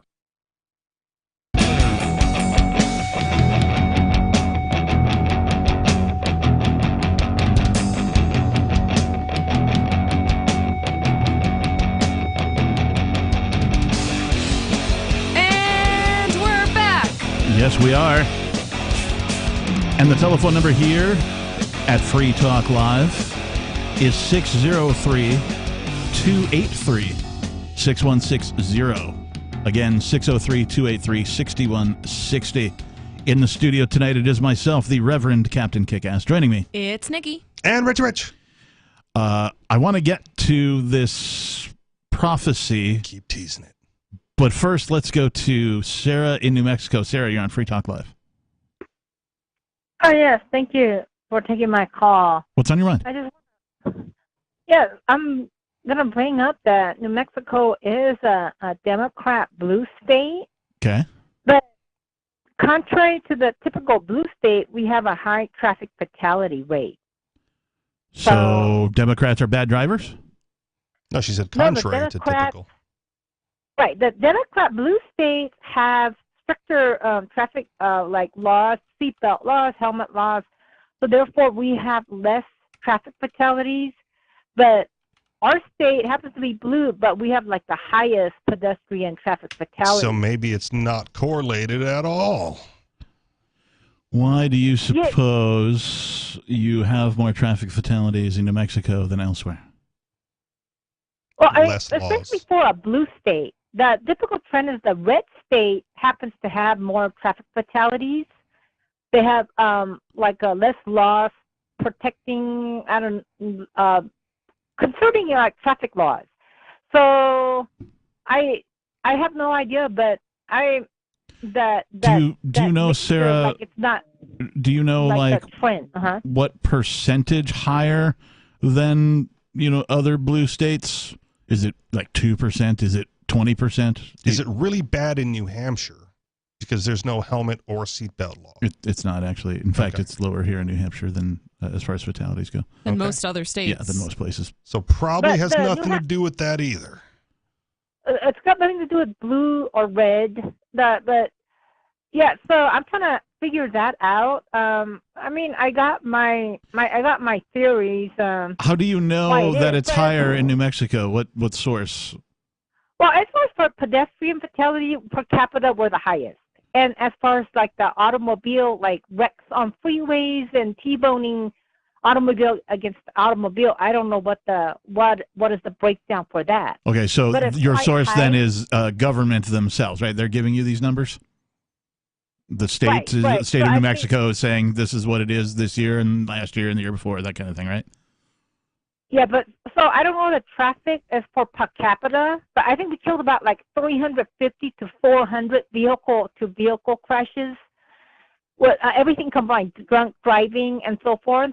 So, but you're right. Maybe it's got nothing to do with the blue or the red part of it, and it's just maybe it's just the cultural aspect of it. Yeah, that's It's just entirely that- possible. That's my theory on it anyway. I don't put any weight into, the red states are this and the blue states are that, except for when it comes to like political elections, right? Who's voting for what president and that kind of a thing, right? If people are going to shout seatbelt saves lives, right? And you can look to New Hampshire and say, well, this place doesn't have seatbelt laws. Yep. And there's no discernible difference in fatalities. Right. Right. Then the seatbelt law itself has no bearing on that statistic. And I'm sure most people in New Hampshire I don't know if there's more people in New Hampshire not wearing seatbelts. Right. So, right. I think that the law, and hey, thanks for the call, Sarah. I think that the law in New Hampshire is, I don't think it's indicative of, what seatbelts do or don't do. If you think seatbelts are a good idea, then you should wear them. Right. I wear mine most of the time. I don't wear mine occasionally because, I'm in New Hampshire and I don't have to. I've spent the majority of my life in states where you have to. Like, you can get pulled over if the cop sees that the little strap isn't crossing your body. I've gotten pulled over leaving court. Really? Because you weren't wearing a seatbelt? Yeah. Not in New Hampshire, though. Not New Hampshire. Okay, yeah. So I just do it because I can. Like, I'll leave my driveway, okay, and as I'm driving down the road, then I'll be like, oh, guess I put my seatbelt on. I pull out as quickly as I can to just get on the road, and then I buckle when it's convenient. Yeah. When I don't buckle up at all is when I'm in, one of these shopping centers, and I'm going to multiple stores, and I have to drive across, a street to get to the other portion of the shopping center. I won't buckle up at all. He's been drinking. So I typically don't wear my seatbelts, and just because I cross into Massachusetts is not going to make me put it on. Okay. Similarly, I ride motorcycles. You've got balls. I guess not. Yeah, I guess so. At least someone's. Proverbial balls. Similarly, well controlled. I ride motorcycles in New Hampshire, and I only ride my motorcycle in New Hampshire, really, because I don't go that far. Anyways, I don't have to wear a helmet in New Hampshire. But do you? But I do. Okay. Because I think that's what I want to do. So even though I have the option not to, I do. And most riders I see in New Hampshire wear helmets. In Hawaii, there's the seatbelt law, obviously, but my seatbelt didn't click into place. So I actually had to tuck the lap belt under my belly fat just to hold it. To give the make appearance, right, that it was clicked in. Yeah. So not really a fun story, but one of my ex-boyfriends, he got in a really bad car accident, was in a coma, whole 9 yards. Ooh. He was kind of driving a junker car, and he was supposed to, the seatbelt was broken on the car. What did you do? He was supposed to wear the seatbelt he was supposed to fix the seatbelt the day before he got into the car accident, but his dad blew him off, so they didn't get to fix the seatbelt. So he got into that car accident the next day. He was flung to the passenger side. Mm-hmm. The driver's side of the car was completely crushed because he flipped his car 4 times into a telephone pole. If he was wearing his seatbelt, he would have died. He deserves the right to decide that now, since not wearing a seatbelt literally saved his life, he has the right to decide that he would rather, you're taking a gamble either way. Yes, you are. So he deserves the right to decide whether he wants to wear a seatbelt or not wear a seatbelt. I have the opposite experience, but I think a similar philosophy. Yeah. Right. So I did first try to move to Seattle or to New Hampshire about 5 years before I did. So 19, 18, 17, 16, about 2013, 2014. Good with the math pocket. there. I was told there would be no math. For those of you watching over at what are we at? Video.freetalklive.com. I almost did the fingers 19, 18, 17, 16, or whatever it is, right? You're embarrassing me. I'm embarrassing myself as well. It's what we do here on the radio. Hunt and peck on it the is keyboard. Sunday. I was told there would be no. Anyway, so I got into an accident, and quite literally, the passenger side of my vehicle was the side that was crushed. I was wearing my seatbelt, and in fact, the vehicle had landed on its side, so that the driver's door was the top, the roof, if you will. And so I was literally hanging by my seatbelt inside the cockpit of my vehicle, and some other traffic people who had seen the accident like pulled over and like ran and like kicked out the windshield and helped me climb out through the front or whatever. So it was an interesting experience. But I think the moral is take the choice or make the choice on your own. Yes. Take your chances either way. Right.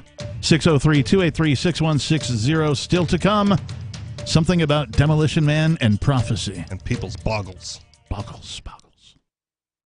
Free Talk Live's video archives have been on Library for years. Library is an uncensorable, decentralized, blockchain-based media sharing protocol, and we're big fans of it here on Free Talk Live. In 2020, Library launched Odyssey, a video sharing website to compete with YouTube, and it's really taking off. Now with over 1 million channels, many of whom are disaffected YouTube creators. During YouTube's crackdown for not towing the government line on COVID, the Free Talk Live YouTube channel started receiving strikes and could be completely taken down at any moment. Thankfully, Odyssey started offering live streaming, so we're now streaming live every night and posting our video archives permanently to Odyssey. You can watch live or anytime on our Odyssey channel by visiting video.freetalklive.com. If you want to go all in, download the desktop app at lbry.com, and then every video archive you watch, you'll help seed and keep it online forever. At minimum, we ask you visit video.freetalklive.com and follow us on Odyssey today. video.freetalklive.com.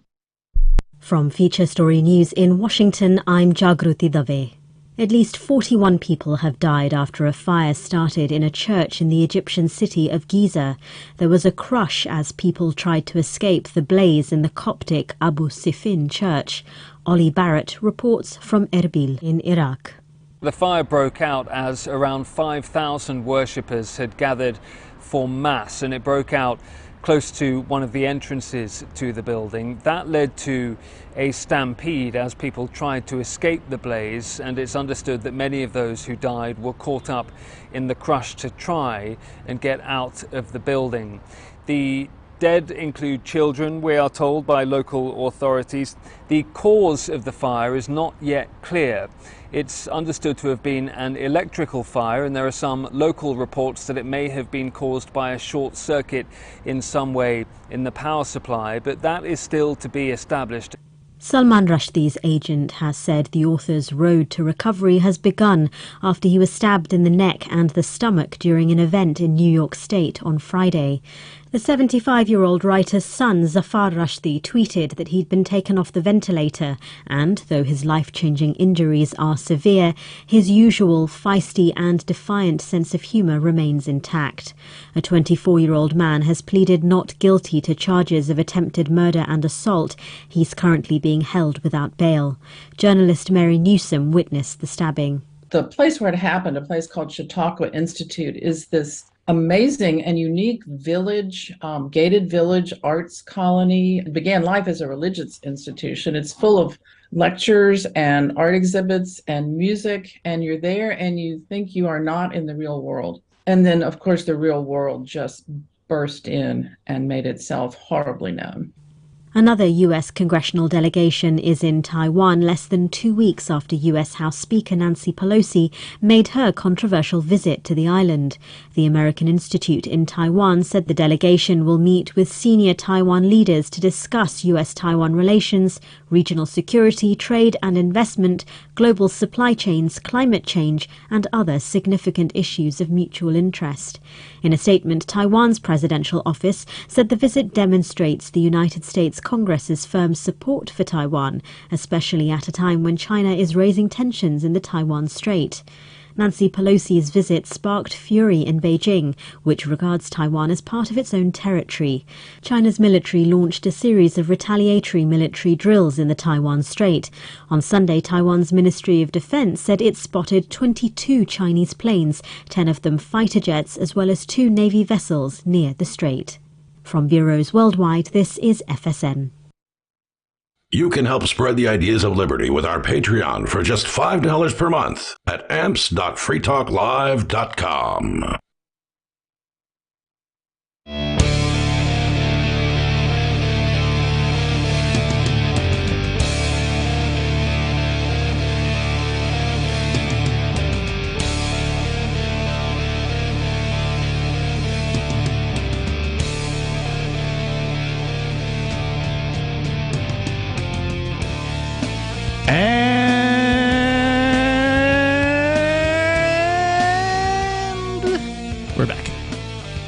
It is Free Talk Live. What a letdown that was. It's F I as thought in it was free. great. Really? All right. Yeah, that was good. T as in talk. L as in live. Free Talk Live. You can find us over at freetalklive.com. The telephone number 603-283-6160. If you want to call, the phones are open. In the studio tonight, it is myself, the Reverend Captain Kickass. Joining me. It's Nikki. And Rich. Bitcoin.com is the best source for learning about cryptocurrency. You can go there right now and click on Get Started at the top of the page. When you do that, you're going to find all sorts of valuable information neatly organized to suit your needs. There's no longer any excuse for you to ignore this important and world-changing information.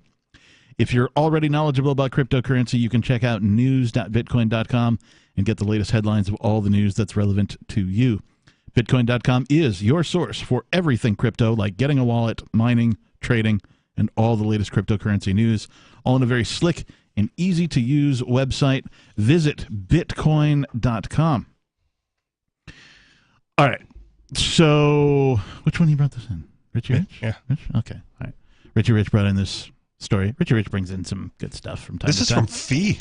I know. Foundation for Economic Education. I saw that and I'm like, why is Richie not pulling from tabloids? Because it was FEE. Is he taking on a serious aspect to his radio, personality?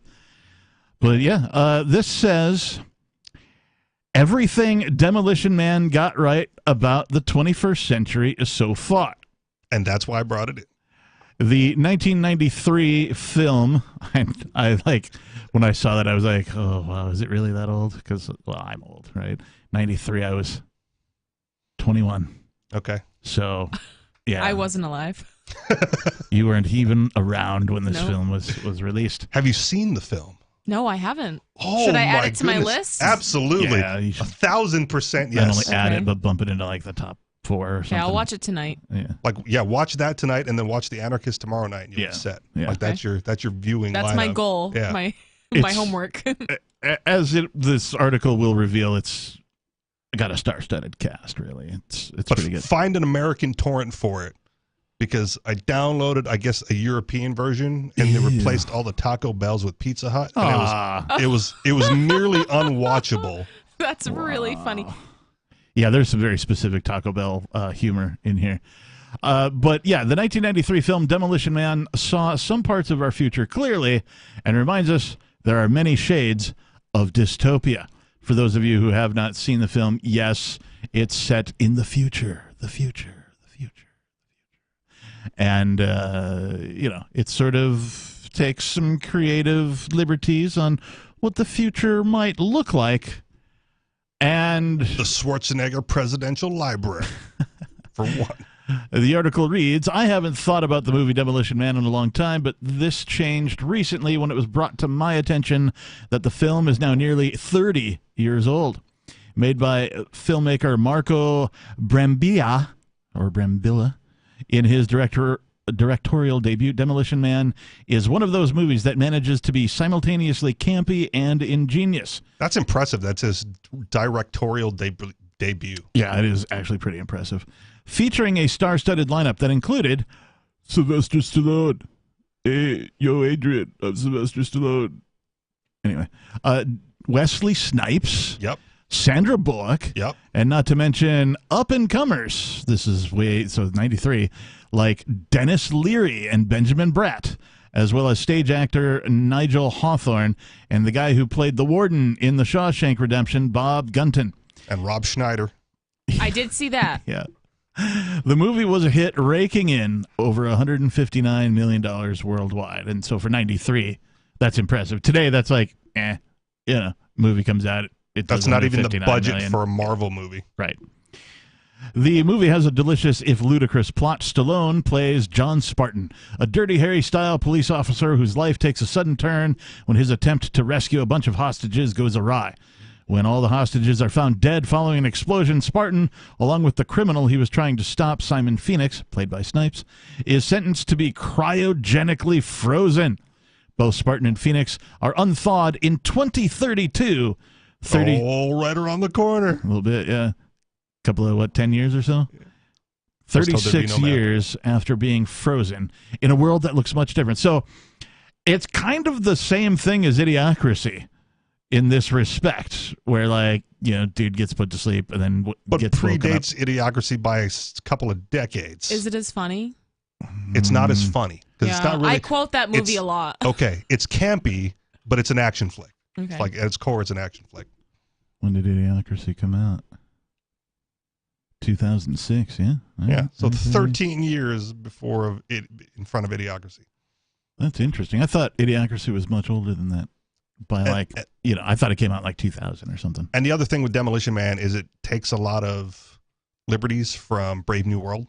Like it's definitely sourced in that. It does. The author here says, I had to watch or rewatch Demolition Man after the release of an out-of-frame short that explored all the ways in which Demolition Man predicted the future. The movie was even campier than I remembered. Well, okay, it was 93, so... But I'd be lying if I said I wasn't also impressed by just how much of the future Demolition Man got right. So here we go. Self-driving electric cars. Check. All right, we all know that that's up and coming. There's already self-driving electric semis in some places about this. Of the United States already, and around the world. Who knows? I mean, I'm sure self-driving electric cars are in more than just the U.S., so...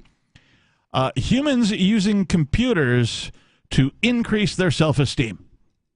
Check. Yeah. Very big check. Very big check, right? All the studies about how when you get a Facebook like, it triggers some sort of dopamine in your brain or that kind of thing. Those happy birthdays. Got to get that rush. This is why I don't really want to offend anybody, but on the social media, I never do birthdays.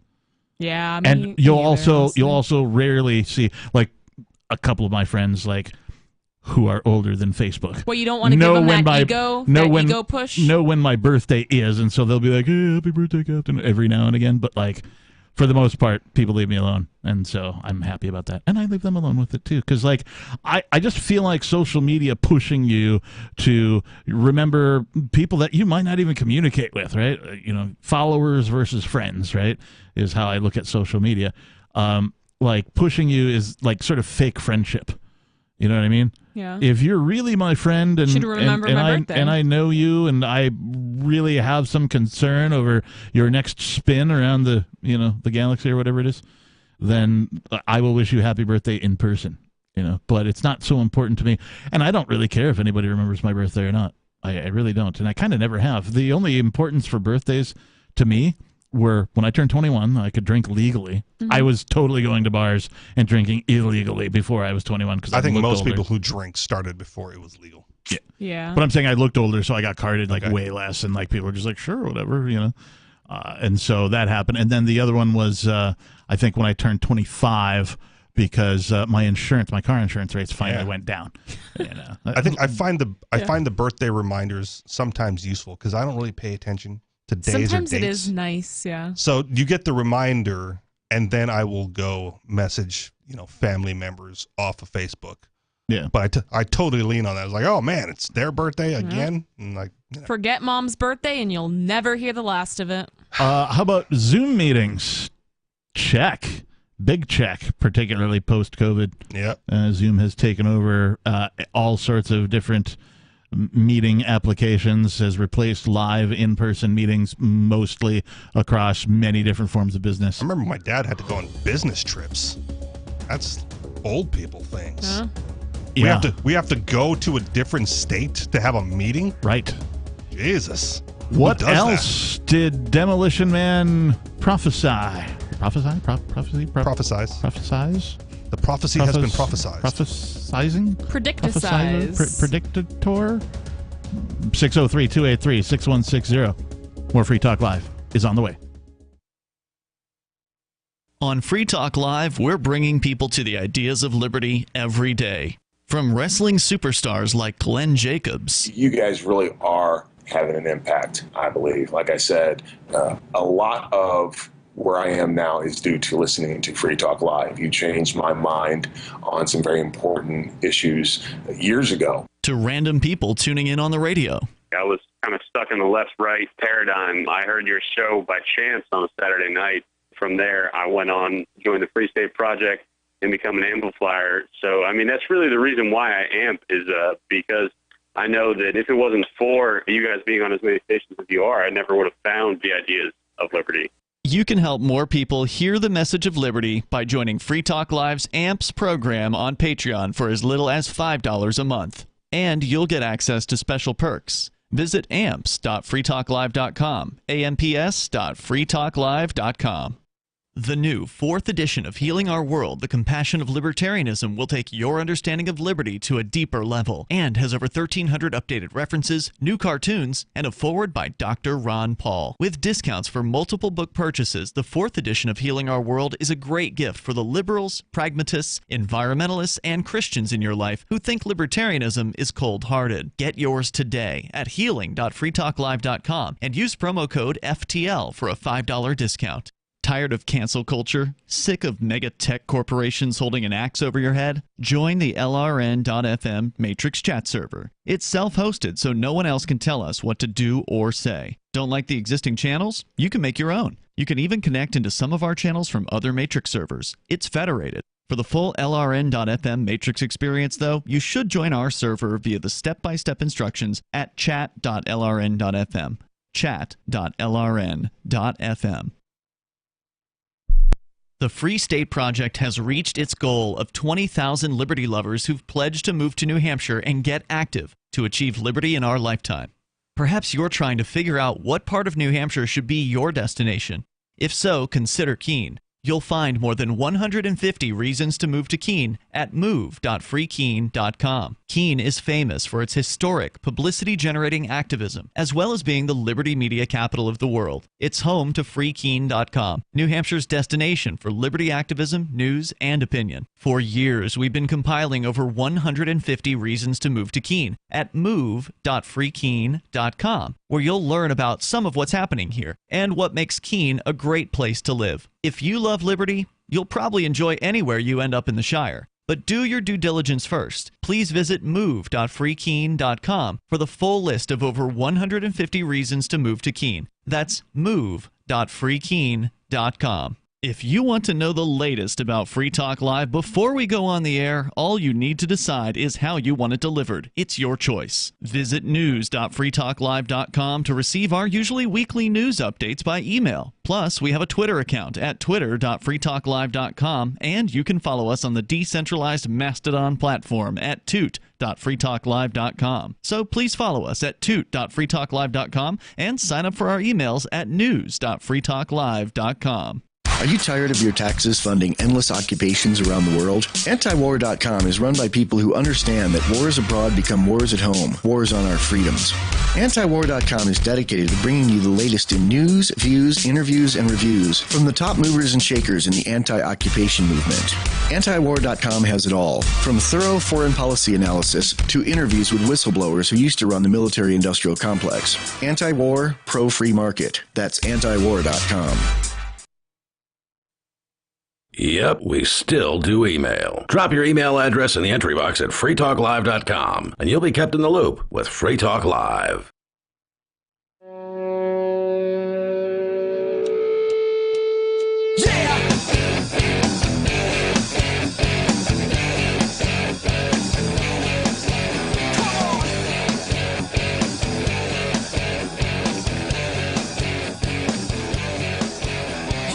And we're back. This is Free Talk Live. Thank you for tuning in. Thank you for listening each and every night. We're here 7 nights a week from 7 p.m. until 10 p.m. Eastern. There's a few radio stations that don't play all 7 days of the week. Some of them will pick up like just the weekends, or some will play only weekdays or only specific days. But we are available to you 7 nights a week over at freetalklive.com. Streaming. You can also, if you want to watch our video streams as well as enjoy the audio, you can go to video.freetalklive.com. And if you want to call, you have to call between 7 p.m. and 10 p.m. Eastern Time, because we're in the Eastern Time Zone. That's when we broadcast live. So, in the studio, it's myself, the captain. It's Nikki. And Richie Rich. Do you really want liberty in your lifetime? Well, hell yes. Yeah. Later this year, Mark Edge, one of the founders of Free Talk Live, is speaking at Free Cities Foundation's annual conference, Liberty in Our Lifetime. It's being held in Prague from October 21st through the 23rd, and it showcases autonomous cities and intentional communities that are springing up all around the world. offering opportunities for settlers to live freer lives.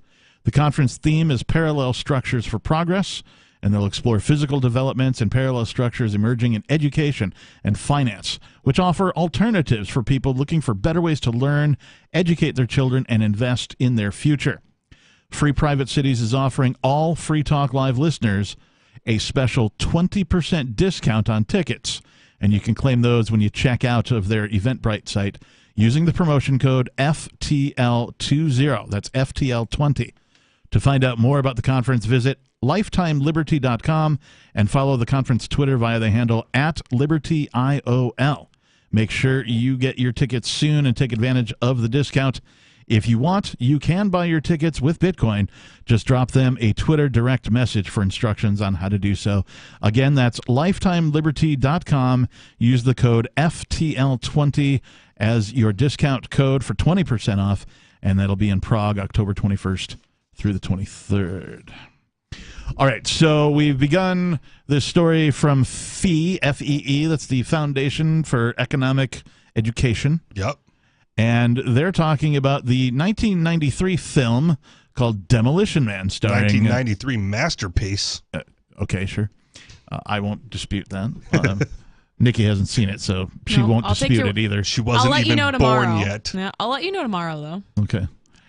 And, did it predict the future? And if so, how accurately? Well, we've already covered... it's starring Sylvester Stallone, Sandra Bullock, Wesley Snipes, Dennis Leary's in it, a couple of other people. It's a star-studded cast, really. But we've already talked about self-driving electric cars. Check. They predicted that. Humans using computers to increase their self-esteem. Check. We talked about the Facebook thing. Recently, too, there's... And I talked about it here on Free Talk Live. I can't remember the name of the website, but it's... wants to sort of be your friend and mimic you. Aria actually signed up for one of the accounts. Oh, yeah. And has had fun playing with that account on a couple of different occasions and telling it, all sorts of interesting information. But, it's there to, be your virtual online friend that is somewhat of a mirror of yourself. That's its whole premise.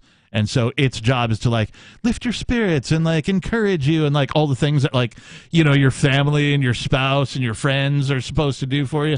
It's trying to be that for people. Really makes you wonder if you want to be friends with yourself, though. Mm-hmm. Well, I mean, if I needed a computer robot to do that, I would feel really bad about myself. Zoom meetings, and it would mimic that. Zoom meetings. So yeah, of course, everybody's doing these online Zoom conference things. Zoom is bigger than cheeseburgers now, I guess. Arnold Schwarzenegger's entry into politics. The Schwarzenegger Presidential Library. Check. They've predicted that firmly in 1993. What else? Attention spans the length of a goldfish. Check. Yeah. Twitter with its 140 characters. Was it 140 characters? It was. TikTok. Yeah. TikTok's a great example of that. What's the limit there? I don't know. You don't have I don't know if there's a like limit. A minute or I don't something. have a TikTok either. There's definitely. Well, they're short clips. Is basically what it is. Okay. It's what Vine tried to be. Well, yes. Vine was only 15 seconds or something. Okay.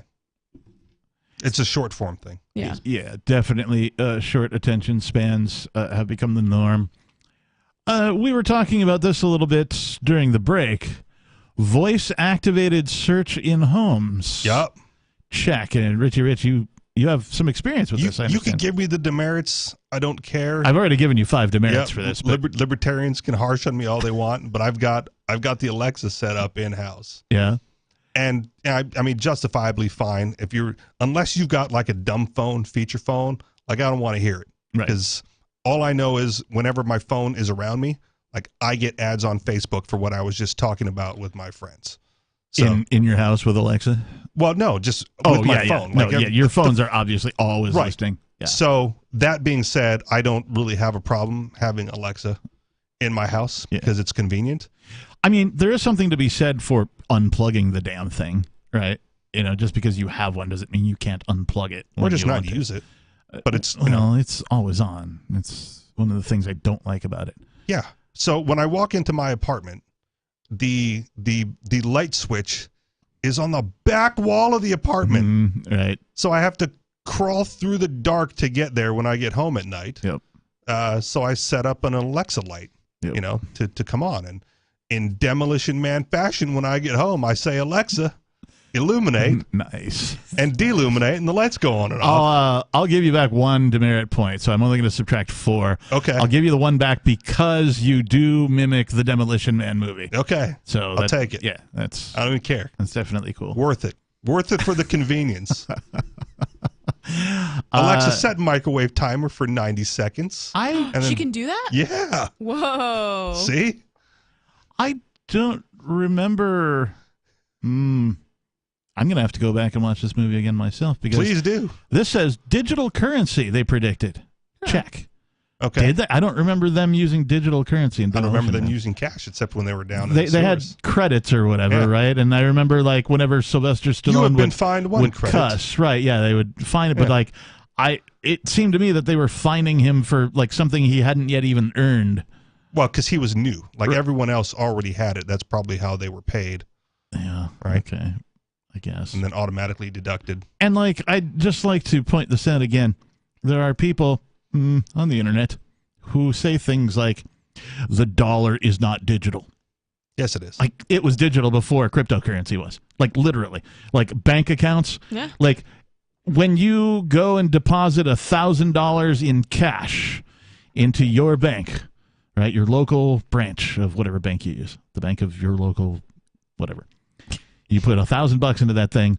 They don't then put that $1,000 into an envelope and ship it across the country to like the main bank, and then your particular subsection of the actual physical bank now has that specific $1,000 in. No, they credit an account digitally. Well, they don't even have enough money to cover all of the bank accounts at the bank. There is part of it. Far less cash in the world than there are zeros on bank accounts that people believe that they have cash on. That's why banks are afraid of things like a bank run. Yeah, you deposit $1,000, they lend out $9,000 legally. Well, they actually now they don't even have that reserve. Oh, that's not even a restriction they got rid of that. Jesus. I think during COVID. So screw it. Yeah, doesn't even matter. So they can lend out as much as they want? Yeah, Is that so what it you're used saying? to be they had to have it's called a fractional reserve bank. Fractional reserve banking.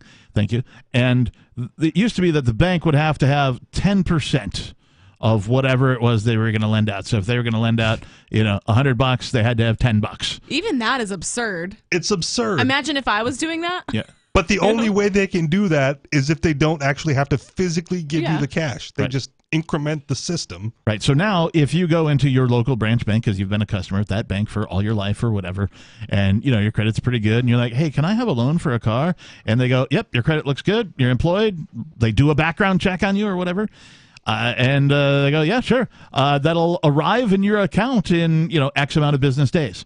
And so it's just numbers in your account. They don't actually put that amount of cash into an area set aside specifically for you. Which is also why it's absurd that it's not instantaneous. Right. Wait, so wouldn't this make the U.S. dollar essentially worthless? Yes. Don't spread the word if you're holding U.S. dollars. I'm not. It's not really a secret. I mean, we've been broadcasting it here on national talk radio for probably 20 years or so.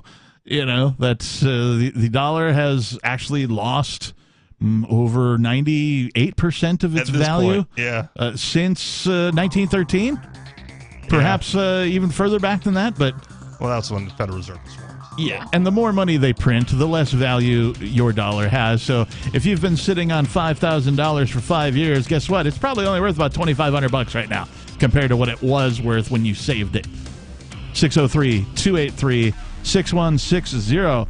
Was there anything else Demolition Man predicted? We'll find out. This is Free Talk Live. More coming up. Are you tired of governments murdering people around the world? Stop using their money. There is an alternative. Bitcoin is a stateless free market non-political currency. Bitcoin cannot be inflated or controlled by any government. By using their money, you are helping the state. Stop doing it. You have an incredible alternative available now. Learn it, use it, spread it.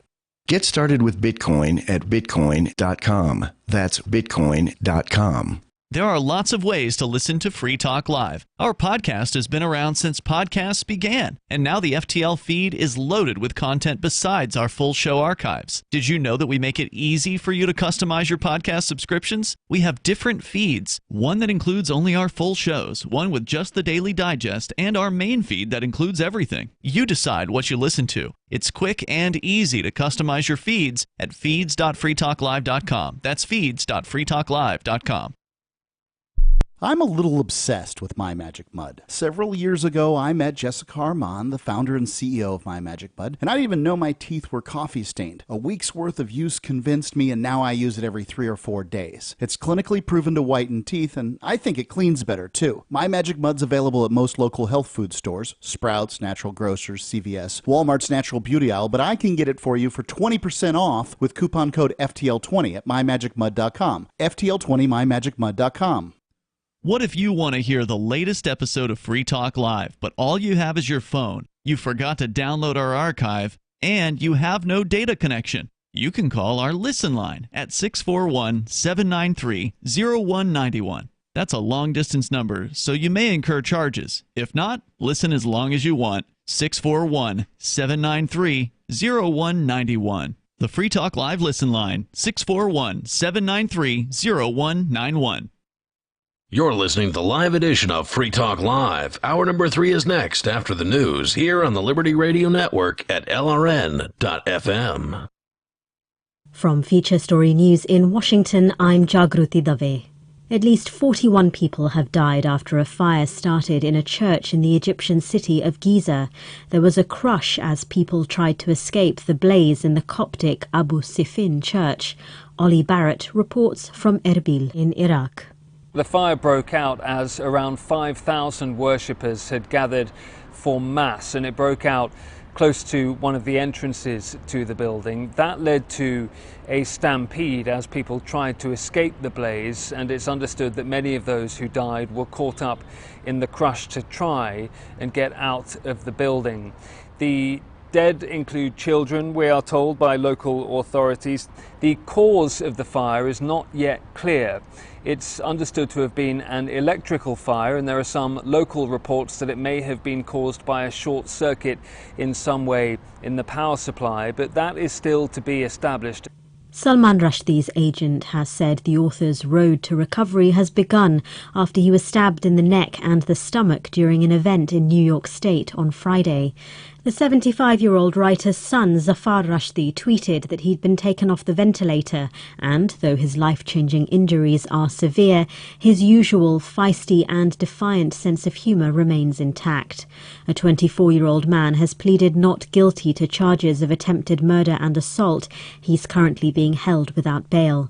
Journalist Mary Newsom witnessed the stabbing. The place where it happened, a place called Chautauqua Institute, is this amazing and unique village, gated village arts colony. It began life as a religious institution. It's full of lectures and art exhibits and music, and you're there and you think you are not in the real world. And then, of course, the real world just burst in and made itself horribly known.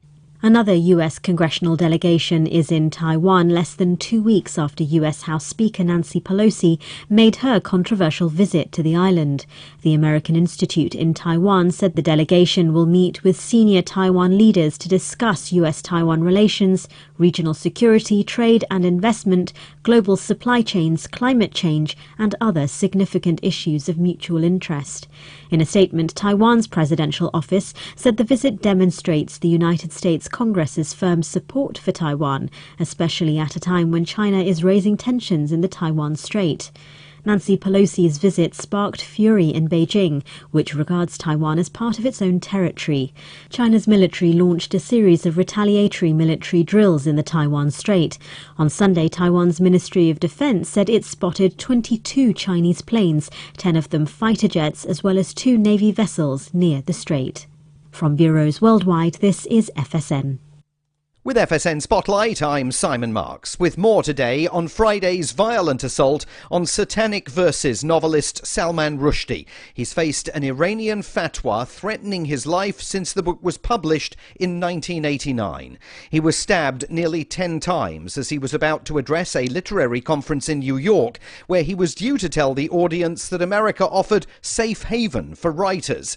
That turned out not to be the case. Brendan O'Neill is the chief political writer at Spiked. Very shocking, but at the same time, not particularly surprising, because we know that he's had this bounty hanging over his head for 33 years, courtesy of the Iranian regime.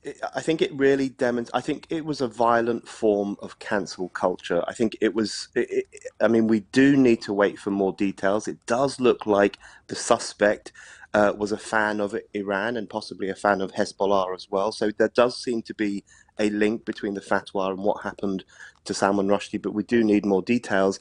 But from my first impression, it seems to me to be an incredibly violent form of censorship designed to punish a man whose only crime was to write a novel, and that should be intolerable for anyone who believes in freedom and civilization. And he says it is the West's pressing duty now to consider whether it has offered enough public defence of Salman Rushdie's freedom of expression. With FSN Spotlight, I'm Simon Marks. The main headlines again. At least 41 people have died after a fire started in a church in the Egyptian city of Giza. Salman Rushdie's agent said the author's road to recovery has begun after he was stabbed in the neck and the stomach during an event in New York State on Friday. And another U.S. congressional delegation is in Taiwan less than 2 weeks after U.S. House Speaker Nancy Pelosi made her controversial visit to the island. And that is the latest from Feature Story News. I'm Jagruti Dave in Washington. With weather conditions in the Sahara among the most brutal in the world, the desert is a place suitable only for collapsing, dying, and rotting. Starvation is just one of the many possible outcomes for the gazelle or desert elk. It could also suffocate in a sandstorm, collapse of dehydration, or be run over by a dune buggy. Only the vulture has the wherewithal to survive in this nirvana of death. They feed on the dead of the Sahara. Uniquely adapted to the rigors of desert life, the vulture usually dies of heart disease after becoming overweight from the feast of carcasses. The landscape of the desert is dominated by towering sand dunes made from millions of years of ground-up bones. Another day ends in the Sahara, Earth's largest, most uncomfortable tomb. This is the Onion News Network.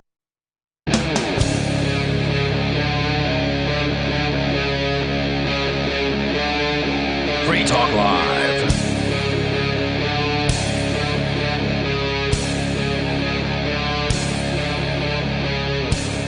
And we're back. Back.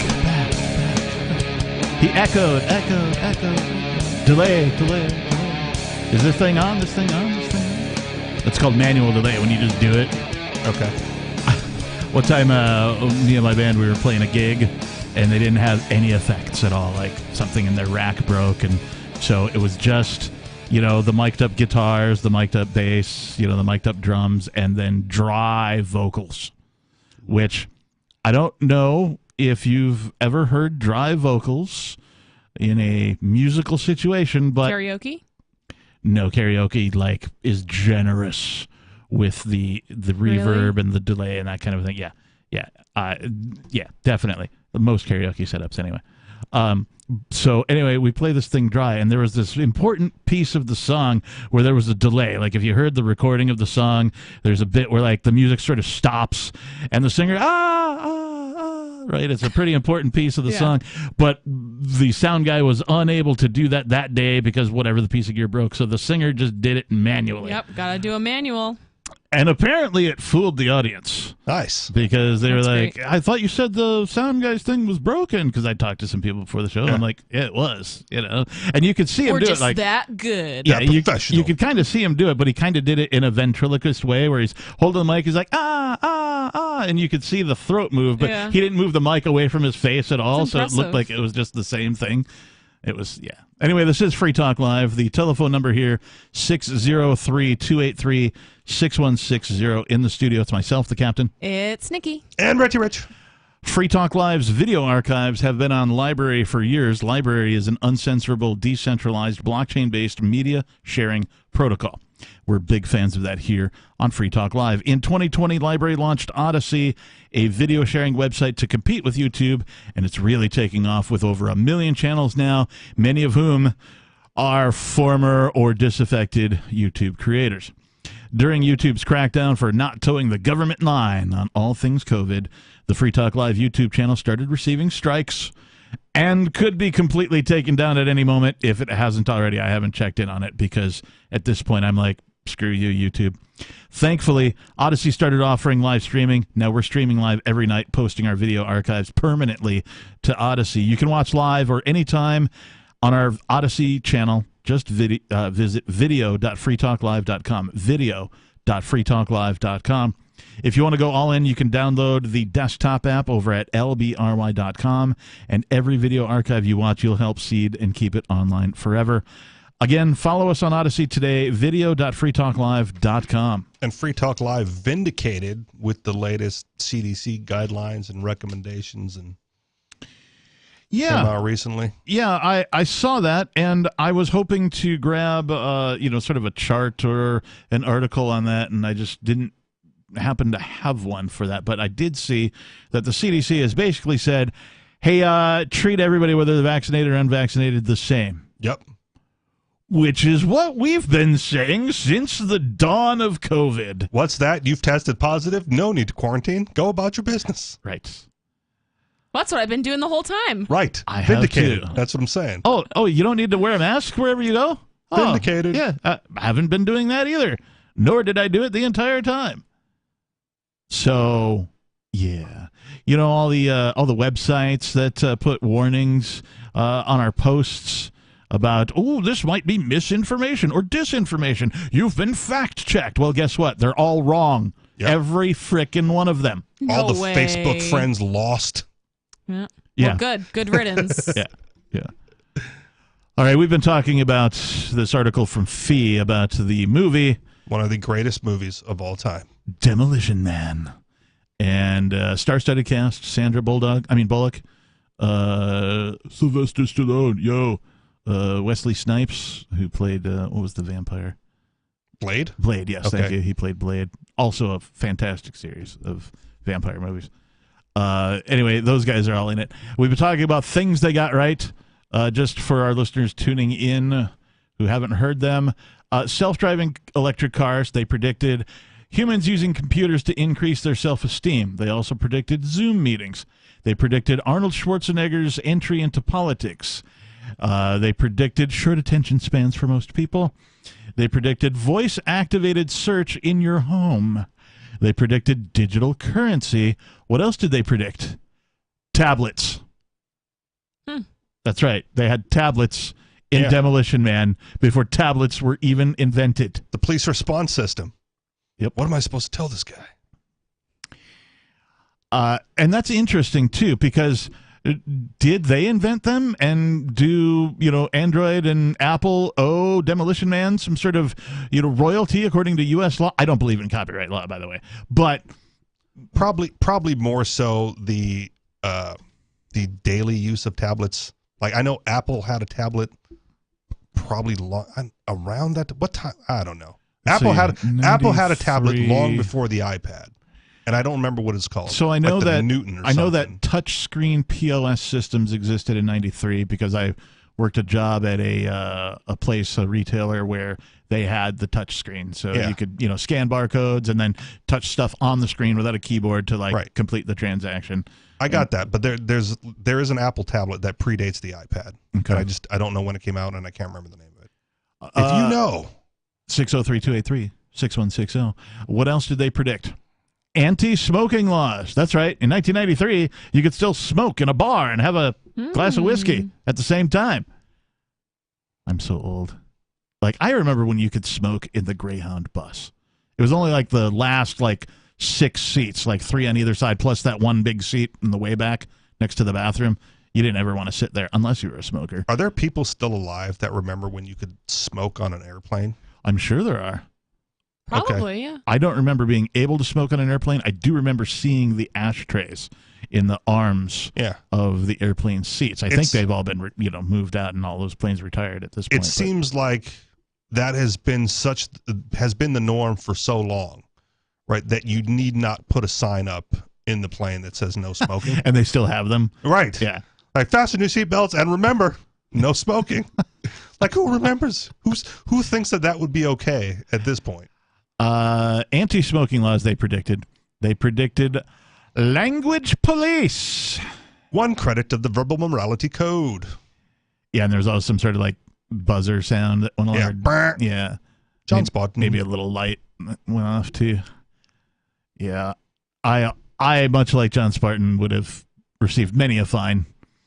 Yes. As we've witnessed here on Free Talk Live, in the 2 times that I've had to, one time I had to dump myself, and then another time I had to be dumped because I went on a bit of an, I wouldn't say emotional, but I was on a bit of a rant and carrying on, and you've been known to get emotional, Captain, on the show. I cussed. Don't get emotional.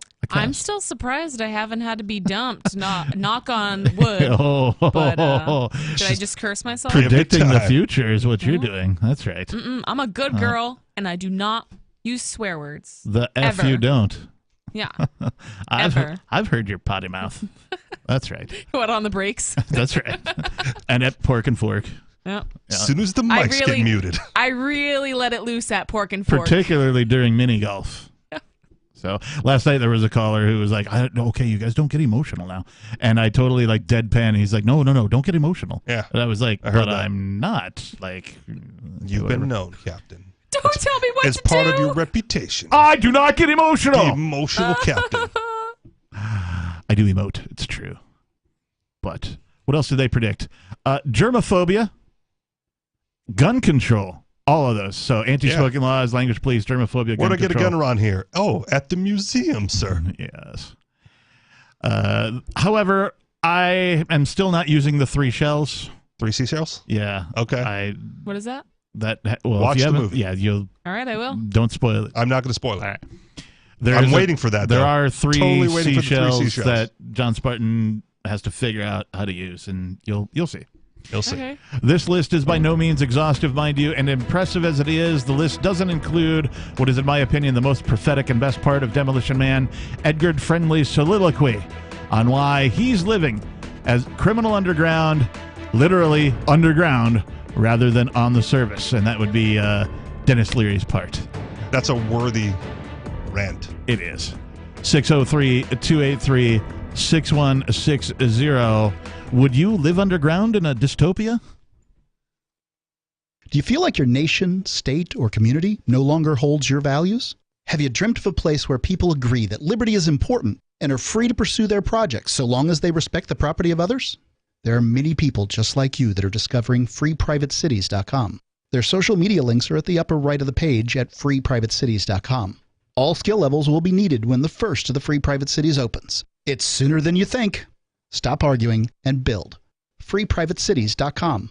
There are basically 2 types of advertising: direct response and branding. Radio's great for direct response with its low cost to listener ratio, but audio can't be beat for branding, which is a longer term endeavor. You want to be the first thing that someone thinks of when they think about your product or service. If you have a local business that you want kept top of mind in your community, call the station. If you need national reach, Free Talk Live's got around 200 radio stations, millions of monthly listening sessions, can suit all budgets, and if we don't think we're right for you, we'll tell you. Email me, mark@freetalklive.com. After a devastating war, the alien visitors were driven back, and their willing human collaborators were left behind to face the music. When Emma Jean Anderson's ex-lover springs her from prison, Nathan Foster and his 14-year-old nephew Ben are tasked with bringing the pair to justice. An easy enough job until they discover something is inside Emma Jean, and the fate of the planet hangs in the balance. The Family Business by Mike Coopery from BaneBooks.com. Looking for a great real estate investment? Consider New Hampshire, which is ground zero for the Liberty Movement. Your first call should be to Mark Worden from Porcupine Real Estate. He's more than just a real estate agent. He's your New Hampshire concierge. Where are the best places to live? Do you want farm, city, the burbs, or forest? Do you want a duplex or multifamily building so that renters pay your mortgage? There are homes in all price ranges in New Hampshire, and Mark can help with financing too. Invest in liberty and property. Mark Worden can help. PorcupineRealEstate.com. This is Michael Dean from the Freedom Fiends. I've run websites since 1996 and have used over a dozen web hosts in that time. AgristHosting.com is the only one that hasn't broken my heart. Agrist Hosting's uptime and service is stellar, and their DDoS mitigation is the best I've seen. That's important because if you tell the truth in this world, you'll ruffle feathers. And some people will try dirty tricks to silence your voice. No matter what the haters hit us with, Agrist Hosting keeps our websites online. If you have a mission-critical commercial presence or a world-changing activism site, you cannot tolerate any skullduggery. So go with agristhosting.com. Have a WordPress or blog site, but you're not satisfied with performance or uptime? Or just want raw hosting? Want to pay with Bitcoin? Agrist Hosting specializes in high-performance hosting with personalized service. Go to agristhosting.com and click on the button that says Get Hosted. That's agristhosting.com. Tired of cancel culture? Sick of mega tech corporations holding an axe over your head? Join the LRN.FM Matrix chat server. It's self-hosted, so no one else can tell us what to do or say. Don't like the existing channels? You can make your own. You can even connect into some of our channels from other Matrix servers. It's federated. For the full LRN.FM Matrix experience, though, you should join our server via the step-by-step instructions at chat.lrn.fm. Chat.lrn.fm. So you've signed the Shire Society Declaration and are planning your move to New Hampshire to be around more liberty-oriented people. Next, sign up for the Shire Society Forum at forum.shiresociety.com. There are a bunch of people there who are already in the Shire, and they want to meet you. If you're already in the Shire physically, you should also come by the forums. Remember, not everyone uses Facebook. New people are signing up for the Shire Society Forum every month, so drop in and say hello at forum.shiresociety.com. Got Telegram? You can follow our channel there and discuss show prep with other listeners at telegram.freetalklive.com.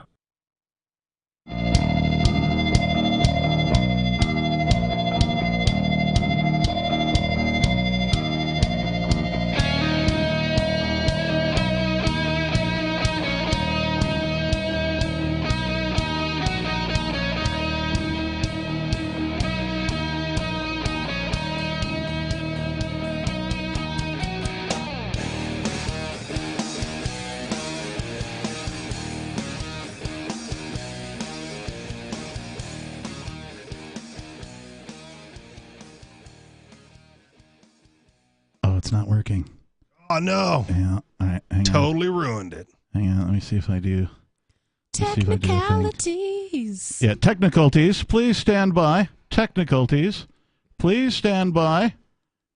It would have been such a great segue. It was going to be a great segue, and now it's all messed up. It's all jacked.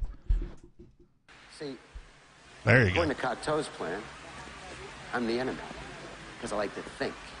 I like to read. I'm into freedom of speech and freedom of choice. I'm the kind of guy who likes to sit in a greasy spoon and wonder, gee, should I have the T-bone steak or the jumbo rack of barbecue ribs with the side order gravy fries? I want high cholesterol. I want to eat bacon and butter and buckets of cheese, okay? I want to smoke a Cuban cigar the size of Cincinnati in the non-smoking section. I want to run through the streets naked with green jello all over my body reading Playboy magazine. Why? Because I suddenly might feel the need to, okay, pal? I've seen the future. You know what it is? It's a 47-year-old virgin sitting around in his beige pajamas drinking a banana broccoli shake singing, I'm an Oscar Mayer wiener. See... And that is the epic rant. That's pretty accurate. From the actor. 93. 93, yeah, definitely accurate. From the actor Dennis Leary, who that might have been one of his first acting gigs. 93, because he was a stand-up comedian for a long time doing his shtick, which I thought he was pretty funny at that, and then he transitioned into acting, of course. But, yeah, pretty epic rant, pretty on point, you know, and definitely worthy of a look back. 603-283-6160. It is Free Talk Live in the studio. It's myself, the captain. It's Nikki. And Richie Rich. And before we get to your calls and thoughts, I want to say thank you to tonight's amplifier. Thank you to Alex G. Knopp. He is a silver level amplifier, which means he contributes $5 a month over at amps.freetalklive.com. Where does Alex's money go? It goes to help get this radio program onto more radio stations and otherwise promote and support Free Talk Live. You do get some little perks, special things if you are an amplifier, such as an amp-only podcast, and there's a few other things. Find out more over at amps.freetalklive.com. You could help us spread liberty, peace, and prosperity to more people around the world. Thank you again, Alex G. Knopp. We appreciate you. All right, so moving on to calls. Let's go to David in San Francisco. David, you're on Free Talk Live. Well, it's funny you were doing your fund pitch there. You mean the Koch brothers don't pay for the show? No, they don't. And in fact, if they do, they certainly have not sent me my paycheck ever. Well, that's a funny thing. I mean, you got a fat network display, and they don't even chip in a tiny bit. If the Koch brothers started chipping in, I'm really getting my lawn. Let's just say that. What were you calling about tonight, David? Well, I heard you raise the issue of living living underground. That was it. And like they say, if you live underground, you must be honest. Why is that? I'm sure you all agree. Why is that? Oh, you don't recognize the old Bob Dylan line? No. No. Okay. Well, I was going to talk about the physics of living underground. I used to live out in Colorado where they had a lot of radon gas. Yep. Radiation, radioactive soil. That's a big thing here in New Hampshire. Yeah, it is. Like when I bought my house, the inspector did a radon test, and I didn't get the results for a couple of days or whatever because I had to leave it go for 24 hours. And there's radon vents that get built into new houses here to let it escape. Right. Yeah. Yeah, it's not a safe thing. And, part of the reason why the Koch brothers aren't respected is they own mining companies. They've made a vast fortune in mining and in oil drilling, and they made a vast fortune in fraud. They used to short the oil companies. They would pretend to have a full tank, that they would take a partial tank of fuel when in fact they had a full tank, and so they were famous for shorting the oil jobbers. But the bigger You think they picture wouldn't of get it- that wealthy with that reputation? Well, that's the funniest thing about it. And they started the John Birch Society, and they made it patriotic to be a saboteur. And so their whole history was that of sapping this nation, pretending that they were so important to this nation that they didn't have to pay taxes, even though they were poisoning us with various problems like radon in concrete, in mine tailings, all sorts of different problems, and then selling those mine tailings for filler in something like concrete, which then led to the poisoning of whole neighborhoods all across America. So if I'm hearing you correctly then, David, you just don't like the Koch brothers, is that right?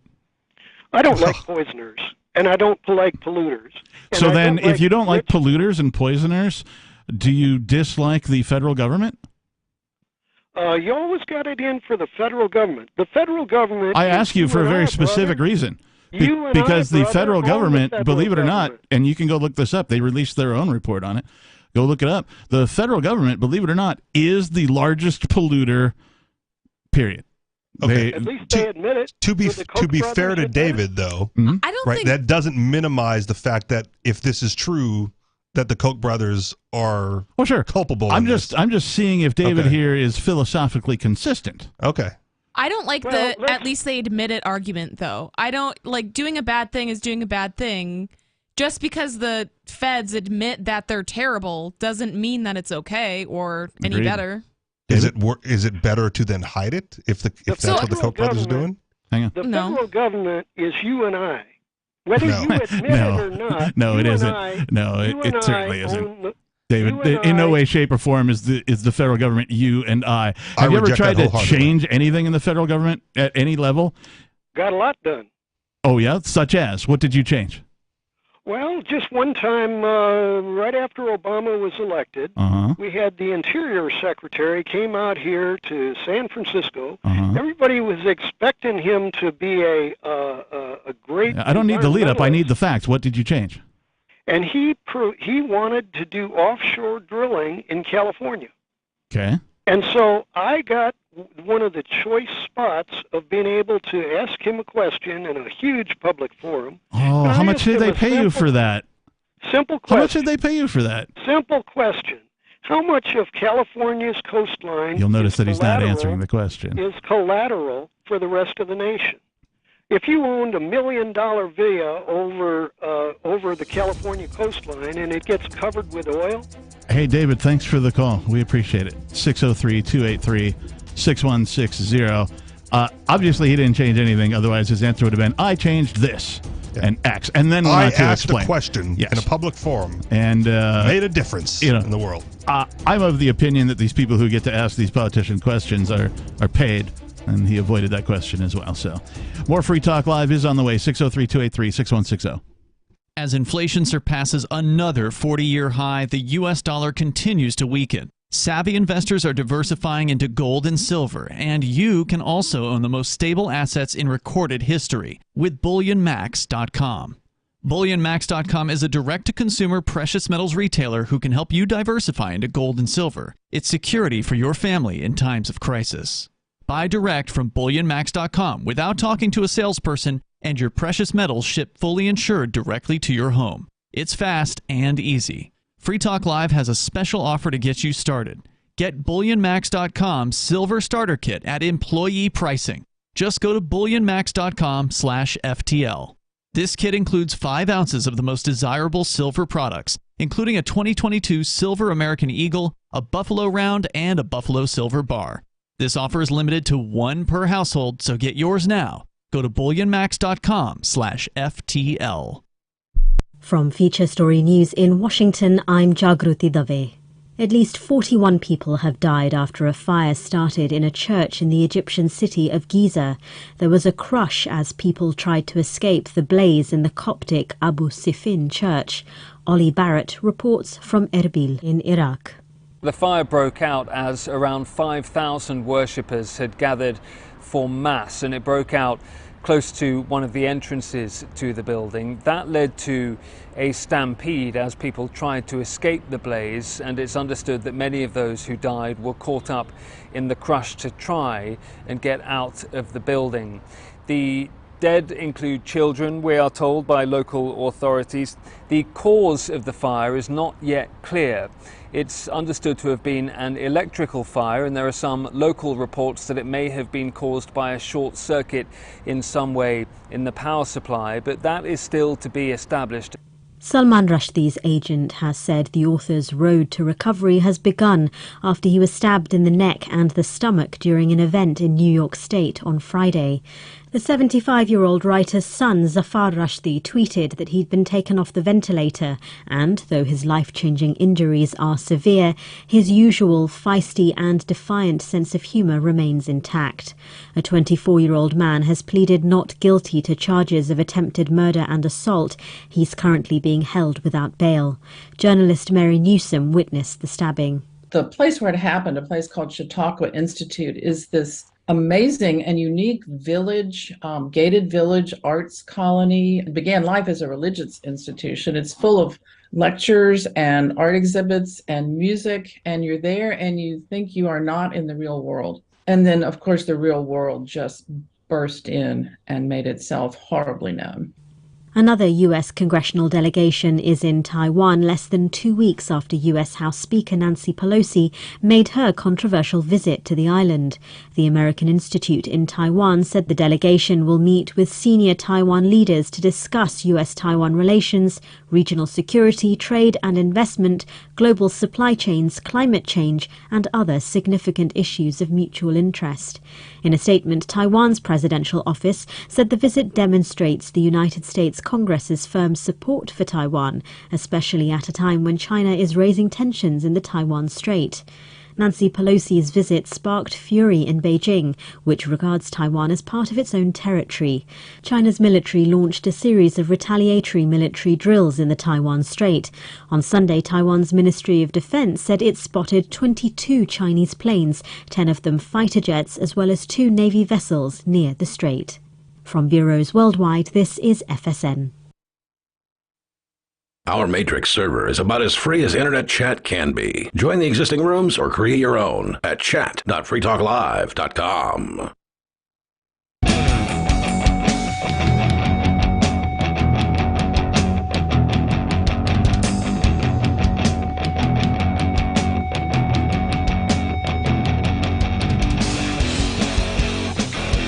And we're back.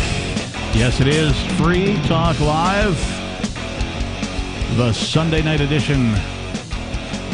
We've got some. The phones are packed, actually, but we might have time for you. 603-283-6160. In the studio tonight, it's myself, the Reverend Captain Kickass. It's Nikki. And Richie Rich. Could you say that with less enthusiasm? You always throw me off when you don't say joining me. Uh-oh. Joining me? It's Nikki. Ah, that's better. Yeah. There's your sunshine. There we go. Yes, I was missing the sunshine in the Nikki part. It's Nikki. You know, it's just Nikki. And in the studio, it's the captain. It reminds me of Saturday Night Live's Doug and Wendy Weiner. Right? I don't remember that one. And in the studio tonight, it's the captain joining me. It's Nikki. I'm not even going to do it. That just gives me a headache. Just Richie Rich. You can join liberty-minded voluntarists, anarchists, and libertarians from June 15th through the 18th for the 7th annual. That's right. Fork Fest. Oh, wow. At Rogers Campground in the beautiful White Mountains of New Hampshire. Fork Fest is a fork of the Porcupine Freedom Festival, which sold out in 2022. For 2023, we're going back to where it all started, the weekend and some days before Pork Fest.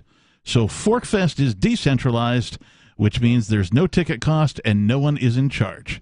All you have to do to join the fun is reserve your camping site, RV site, or motel room with Rogers Campground for June 15th through the 18th. You can find out more at the unofficial website, forkfest.party. You can also connect with other attendees on the Forkfest Telegram and Matrix chat rooms, as well as the Forkfest Forum. You can find links to those over at forkfest.party. We hope to see you there. Again, forkfest.party. I'm kind of stoked for it to be the pre-funk leading up to the Porcupine Freedom Festival this year. So, because all of the years that I've attended the Fork Fest have been after the Porcupine Freedom Festival. I finally got to the Porcupine Freedom Festival this year, and so now I'm looking forward to, having it the old school style. What's going to happen to Spork Fest? Yes. Wasn't Spork Fest like the weekend prior to? I thought it was after. I thought that was Fork Fest. No, I thought Spork Fest was the week of Pork Fest. At the same time? At the same time, but in a whole different location. I thought it was like the same time as something. Yeah. All right, fair enough. Or maybe the same time as Fork Fest. I'm not sure. I thought it was Fork Fest just because Spork. I don't know. Yeah, nobody knows. Or maybe he doesn't. I don't know. But let's go to your calls and rename thoughts. it Somalia Fest. Well, that was an original name. I know. That's why. If we're going to go back, Jesus. We've got Oliver calling from Virginia. Oliver, you're on Free Talk Live. Hey, buddy. Hey, what's on your mind? Look, I'm going to tell you right now, I'm from Richmond, Virginia, capital of the Confederacy. Yeah. Must be proud. I really am. I really do. I'm proud of my Okay, so what's on your mind? And I would just like to say that we tried this I'm sorry, I'm bad with words. What are y'all trying to do? You want to secede from the Union? Yes, we're trying to divorce New Hampshire from the rest of the United States. Yeah, we tried this thing one time before, and it didn't work out too good. But anyway, Well, we're going to do it without slavery, though. And you and I didn't try anything, did we? I don't remember you and I getting together and trying something. No, sir. I'm 54 years old, and I was definitely not there at the time. But I did have some family that was back there, and I really don't believe when it first started out it was about slavery. To be honest with you, but I think it was '63. The war started in '61, and '63 came out with Immaculate, whatever that thing was about the, Emancipation Proclamation. Emancipation, right? Yeah. So I have a question for you, Oliver. Why should the United States remain united?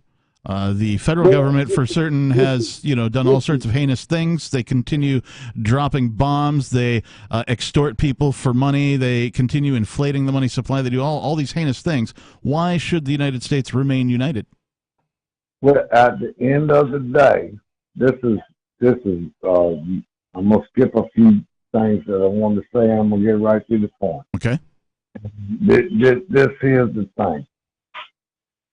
Abraham Lincoln, he broke a lot of rules. He broke a lot of laws. Yep. When he did habeas corpus and all this old things, and he broke a lot of rules. But in the end, he won, and that meant that our whole country was one. Now, when Hitler come along, if we was two countries, do you reckon we could have whooped him? Yes. I mean, sure, it's possible. Because those two countries may have come together in some sort of allied force to repel the Nazi threat. And thank you for the call tonight. We appreciate it, Oliver. That's very American-centric, right? Like Americans were the only ones fighting Nazism, right? And Hitler. Yeah. No, they weren't. And like two countries couldn't come together to repel that threat. And also for some fun tidbits on Abraham Lincoln and the a-hole that he was, go listen to last night's Free Talk Live over at freetalklive.com. That's funny. We talked about him last week, too. Yeah. On Wednesday, I Future generations will remember him as the vampire hunter. Oh, yeah, that's right. Let's move right along, and let's go to Jack in Ocean Shores, Washington. Jack, you're on Free Talk Live. Yeah, I want to talk about Anne Heche and some of the conspiracy theories, but real quick, Richie Rich. Yes. I believe private airlines should allow smoking, and if you want to fly on it or not fly on it, whether you're a smoker or not, I think you should be allowed to. I don't think it should be an absolute. I do, too, and in fact, I think, if... You know how, sports teams, they'll have their stadium or their field named after some sort of corporate sponsor, for example, right? I think private air companies should be allowed to have, the Camel airline or the Marlboro airline, and, cater to people who smoke. To be fair, I agree with you, and I don't know if I suggested otherwise when I brought that up. It's just been the standards for so long. It seems odd to me that people still need to be reminded that you're not allowed. No, I agree with that. I think you said, if we look back on tape, that finally they came to that conclusion, and I actually remember. Go on. What do you remember? Did we lose him? Russians. Jack. Putin again. Well, it's been about Jack. Over 50 years since they stopped allowing smoking on airlines. That's why I said, is there anybody... Well, how long has it been? Wait, hang on. Hey, is this Jack? The 70s is what I found. Jack, is that you? Nope, it's not Jack. This is Robert. All right, stand by. I thought that was Jack calling back. Producer said, what is it, the 90s? 25 years. 25 years. Okay, all right, fair enough. Seems longer than that. 35 years. It started in the 70s. What did? Not allowing smoking on airplanes. Yeah, I remember you could still smoke in, I don't know what they call it now, the terminal. Okay. Right?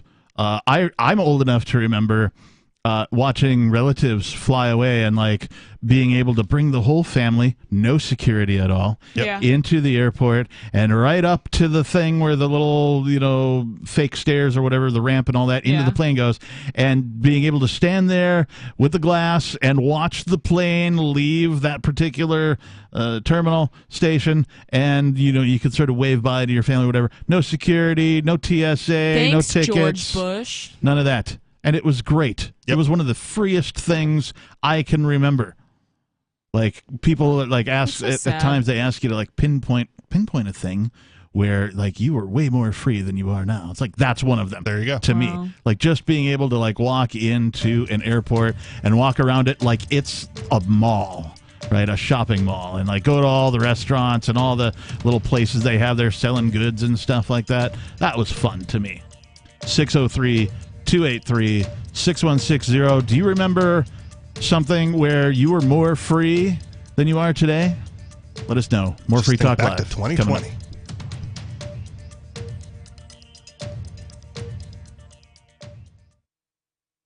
First things first, you should offer, not ask, to renegotiate.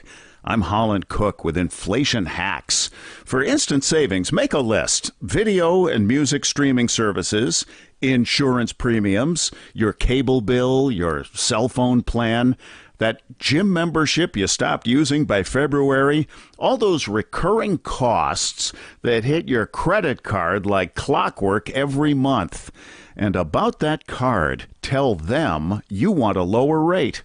Many who do get one. And if you don't, because credit cards are stealing each other's customers, sign up for a new one with an introductory 0% balance transfer offer so you at least stop the clock on what you already owe. How are you coping? Post your inflation hacks at andyoucanquoteme.com. The new 4th edition of Healing Our World, The Compassion of Libertarianism, will take your understanding of liberty to a deeper level and has over 1,300 updated references, new cartoons, and a foreword by Dr. Ron Paul. With discounts for multiple book purchases, the 4th edition of Healing Our World is a great gift for the liberals, pragmatists, environmentalists, and Christians in your life who think libertarianism is cold-hearted. Get yours today at healing.freetalklive.com and use promo code FTL for a $5 discount. If you want to know the latest about Free Talk Live before we go on the air, all you need to decide is how you want it delivered. It's your choice. Visit news.freetalklive.com to receive our usually weekly news updates by email. Plus, we have a Twitter account at twitter.freetalklive.com, and you can follow us on the decentralized Mastodon platform at toot.freetalklive.com. So please follow us at toot.freetalklive.com and sign up for our emails at news.freetalklive.com. Join liberty-minded voluntarists, anarchists, and libertarians from June 15th through the 18th for the 7th annual Fork Fest at Rogers Campground in the beautiful White Mountains of New Hampshire. Fork Fest is a fork of the Porcupine Freedom Festival, which sold out in 2022. For 2023, we're going back to where it all started, the weekend before PorcFest. ForkFest is decentralized, which means that there's no ticket cost and no one is in charge. All you have to do to join the fun is reserve your camping site, RV site, or motel room with Rogers Campground for June 15th through the 18th. You can find out more at the unofficial website forkfest.party. You can also connect with other attendees on the ForkFest Telegram and Matrix chat rooms, as well as the ForkFest forum. You can find links to those at forkfest.party. We hope to see you there June 15th through the 18th. forkfest.party. There are lots of ways to listen to Free Talk Live. Our podcast has been around since podcasts began, and now the FTL feed is loaded with content besides our full show archives. Did you know that we make it easy for you to customize your podcast subscriptions? We have different feeds, one that includes only our full shows, one with just the Daily Digest, and our main feed that includes everything. You decide what you listen to. It's quick and easy to customize your feeds at feeds.freetalklive.com. That's feeds.freetalklive.com. Should you be able to earn an honest living free from senseless government interference? The Institute for Justice thinks so. That's why we've spent years defending hard-working men and women from pointless government regulations. Nationwide, IJ has created opportunity by reducing government power, but there is still more work to be done. Visit our website today at ij.org. Let IJ take care of the government so you can take care of your business. You can stick it to the man and big tech. Join our FTL social mastodon at social.freetalklive.com.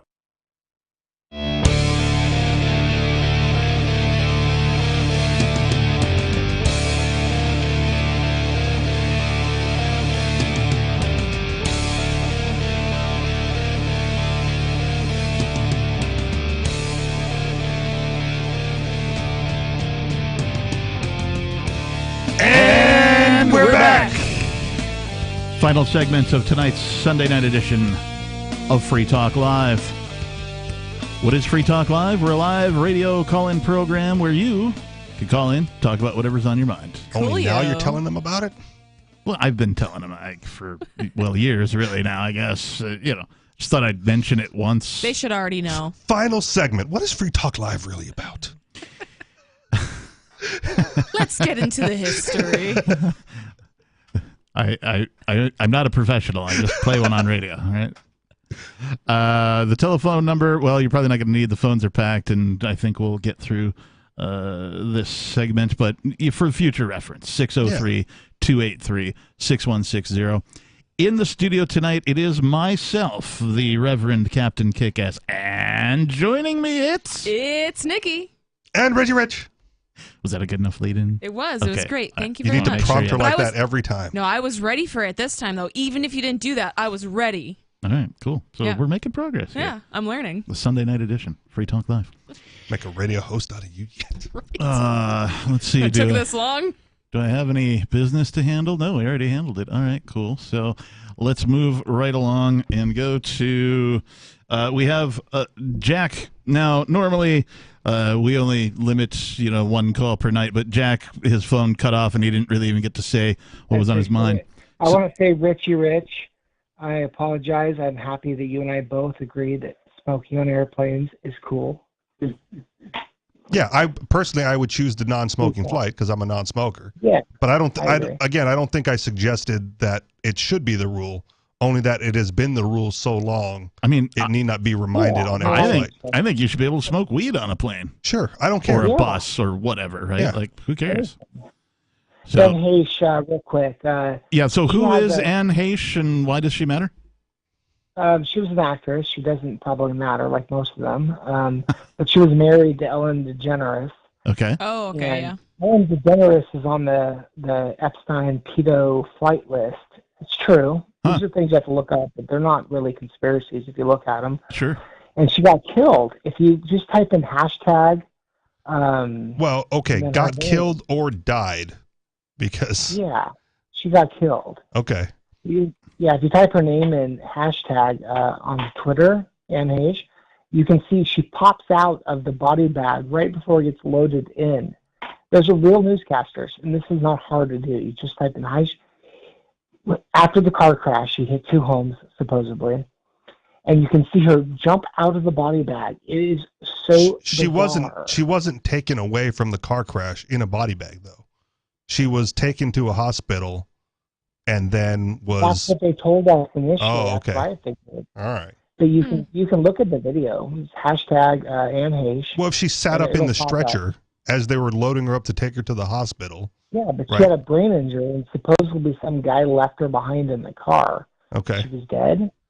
So it's just bizarre. I'm not saying it's true, by the way. Okay. I'm just saying. Yeah, there is a video. I just did exactly what you said, and there is a video that shows, I wouldn't say it's a body bag, but it's somebody on a stretcher who sits up as they are being put into the back of an ambulance. Yeah, she wasn't pronounced dead at the scene.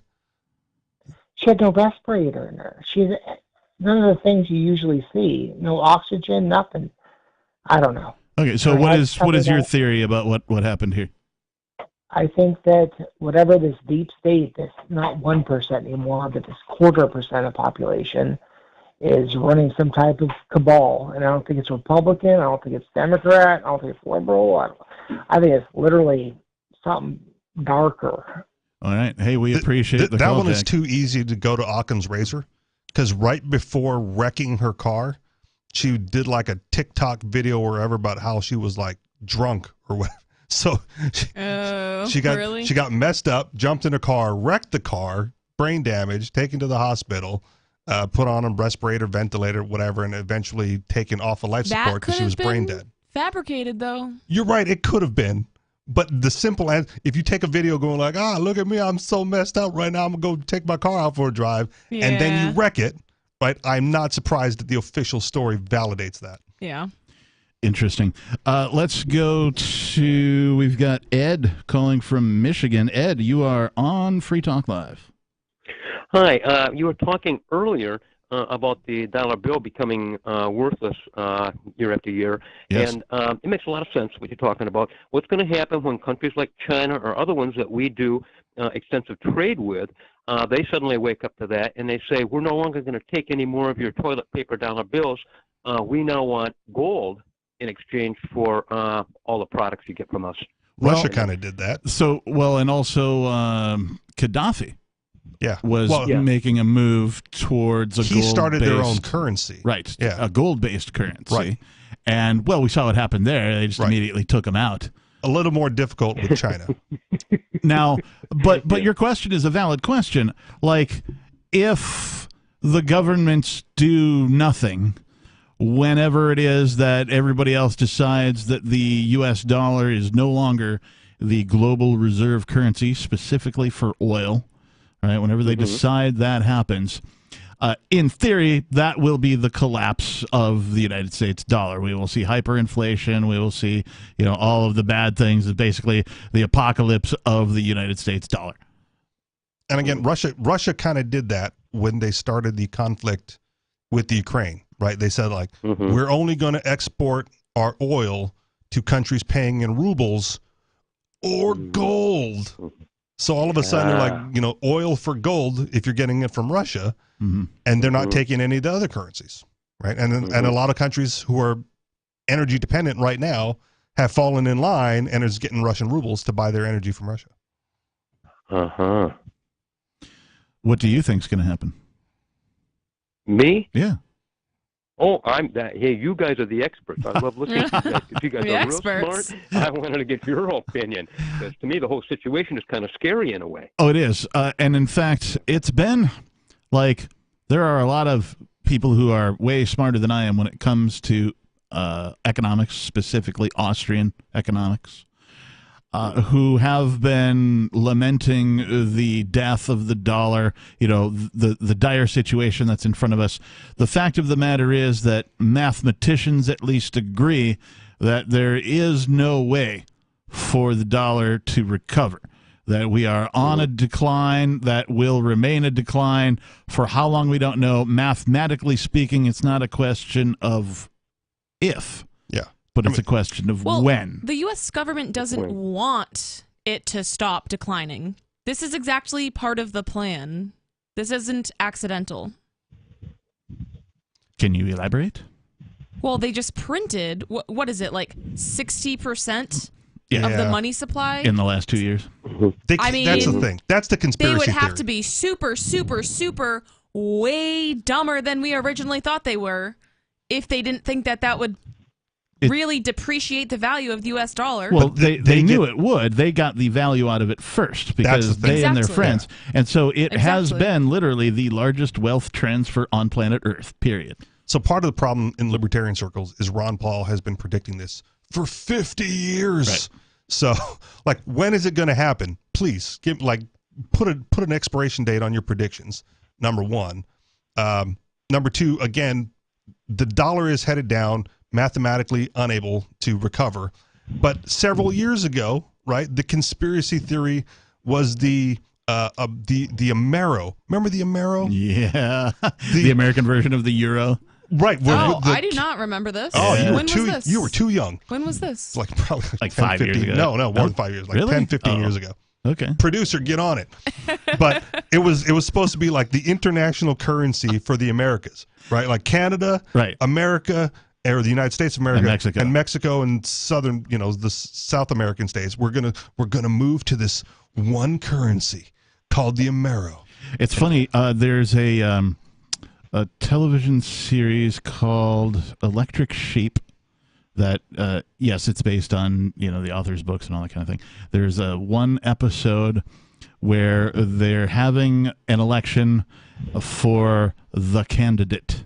Okay. And the name of the country is Mexuscan. There you go. MEXUS. What a terrible way to mash those words up. So it's Mexico, the United States, and Canada. It's all one country now, and they're having an election, but there's only one candidate. And the candidate has a very, hey, and thank you for the call, by the way, has a very interesting speech and mannerisms that talk about, well, we only have one candidate as a symbol for the elections that we used to have. 1999 was when the Amero was more prominent in the news. We're out of time. Thank you, everybody, for listening. Thank you to my co-host and our producer.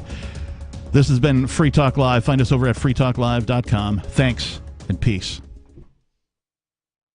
Are you tired of governments murdering people around the world? Stop using their money. There is an alternative. Bitcoin is a stateless, free market, non-political currency.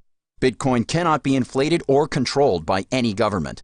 By using their money, you are helping the state. Stop doing it. You have an incredible alternative available now. Learn it, use it, spread it. Get started with Bitcoin at bitcoin.com. That's bitcoin.com. What if you want to hear the latest episode of Free Talk Live, but all you have is your phone, you forgot to download our archive, and you have no data connection? You can call our Listen line at 641-793-0191. That's a long-distance number, so you may incur charges. If not, listen as long as you want. 641-793-0191. The Free Talk Live Listen line, 641-793-0191. I'm crazy about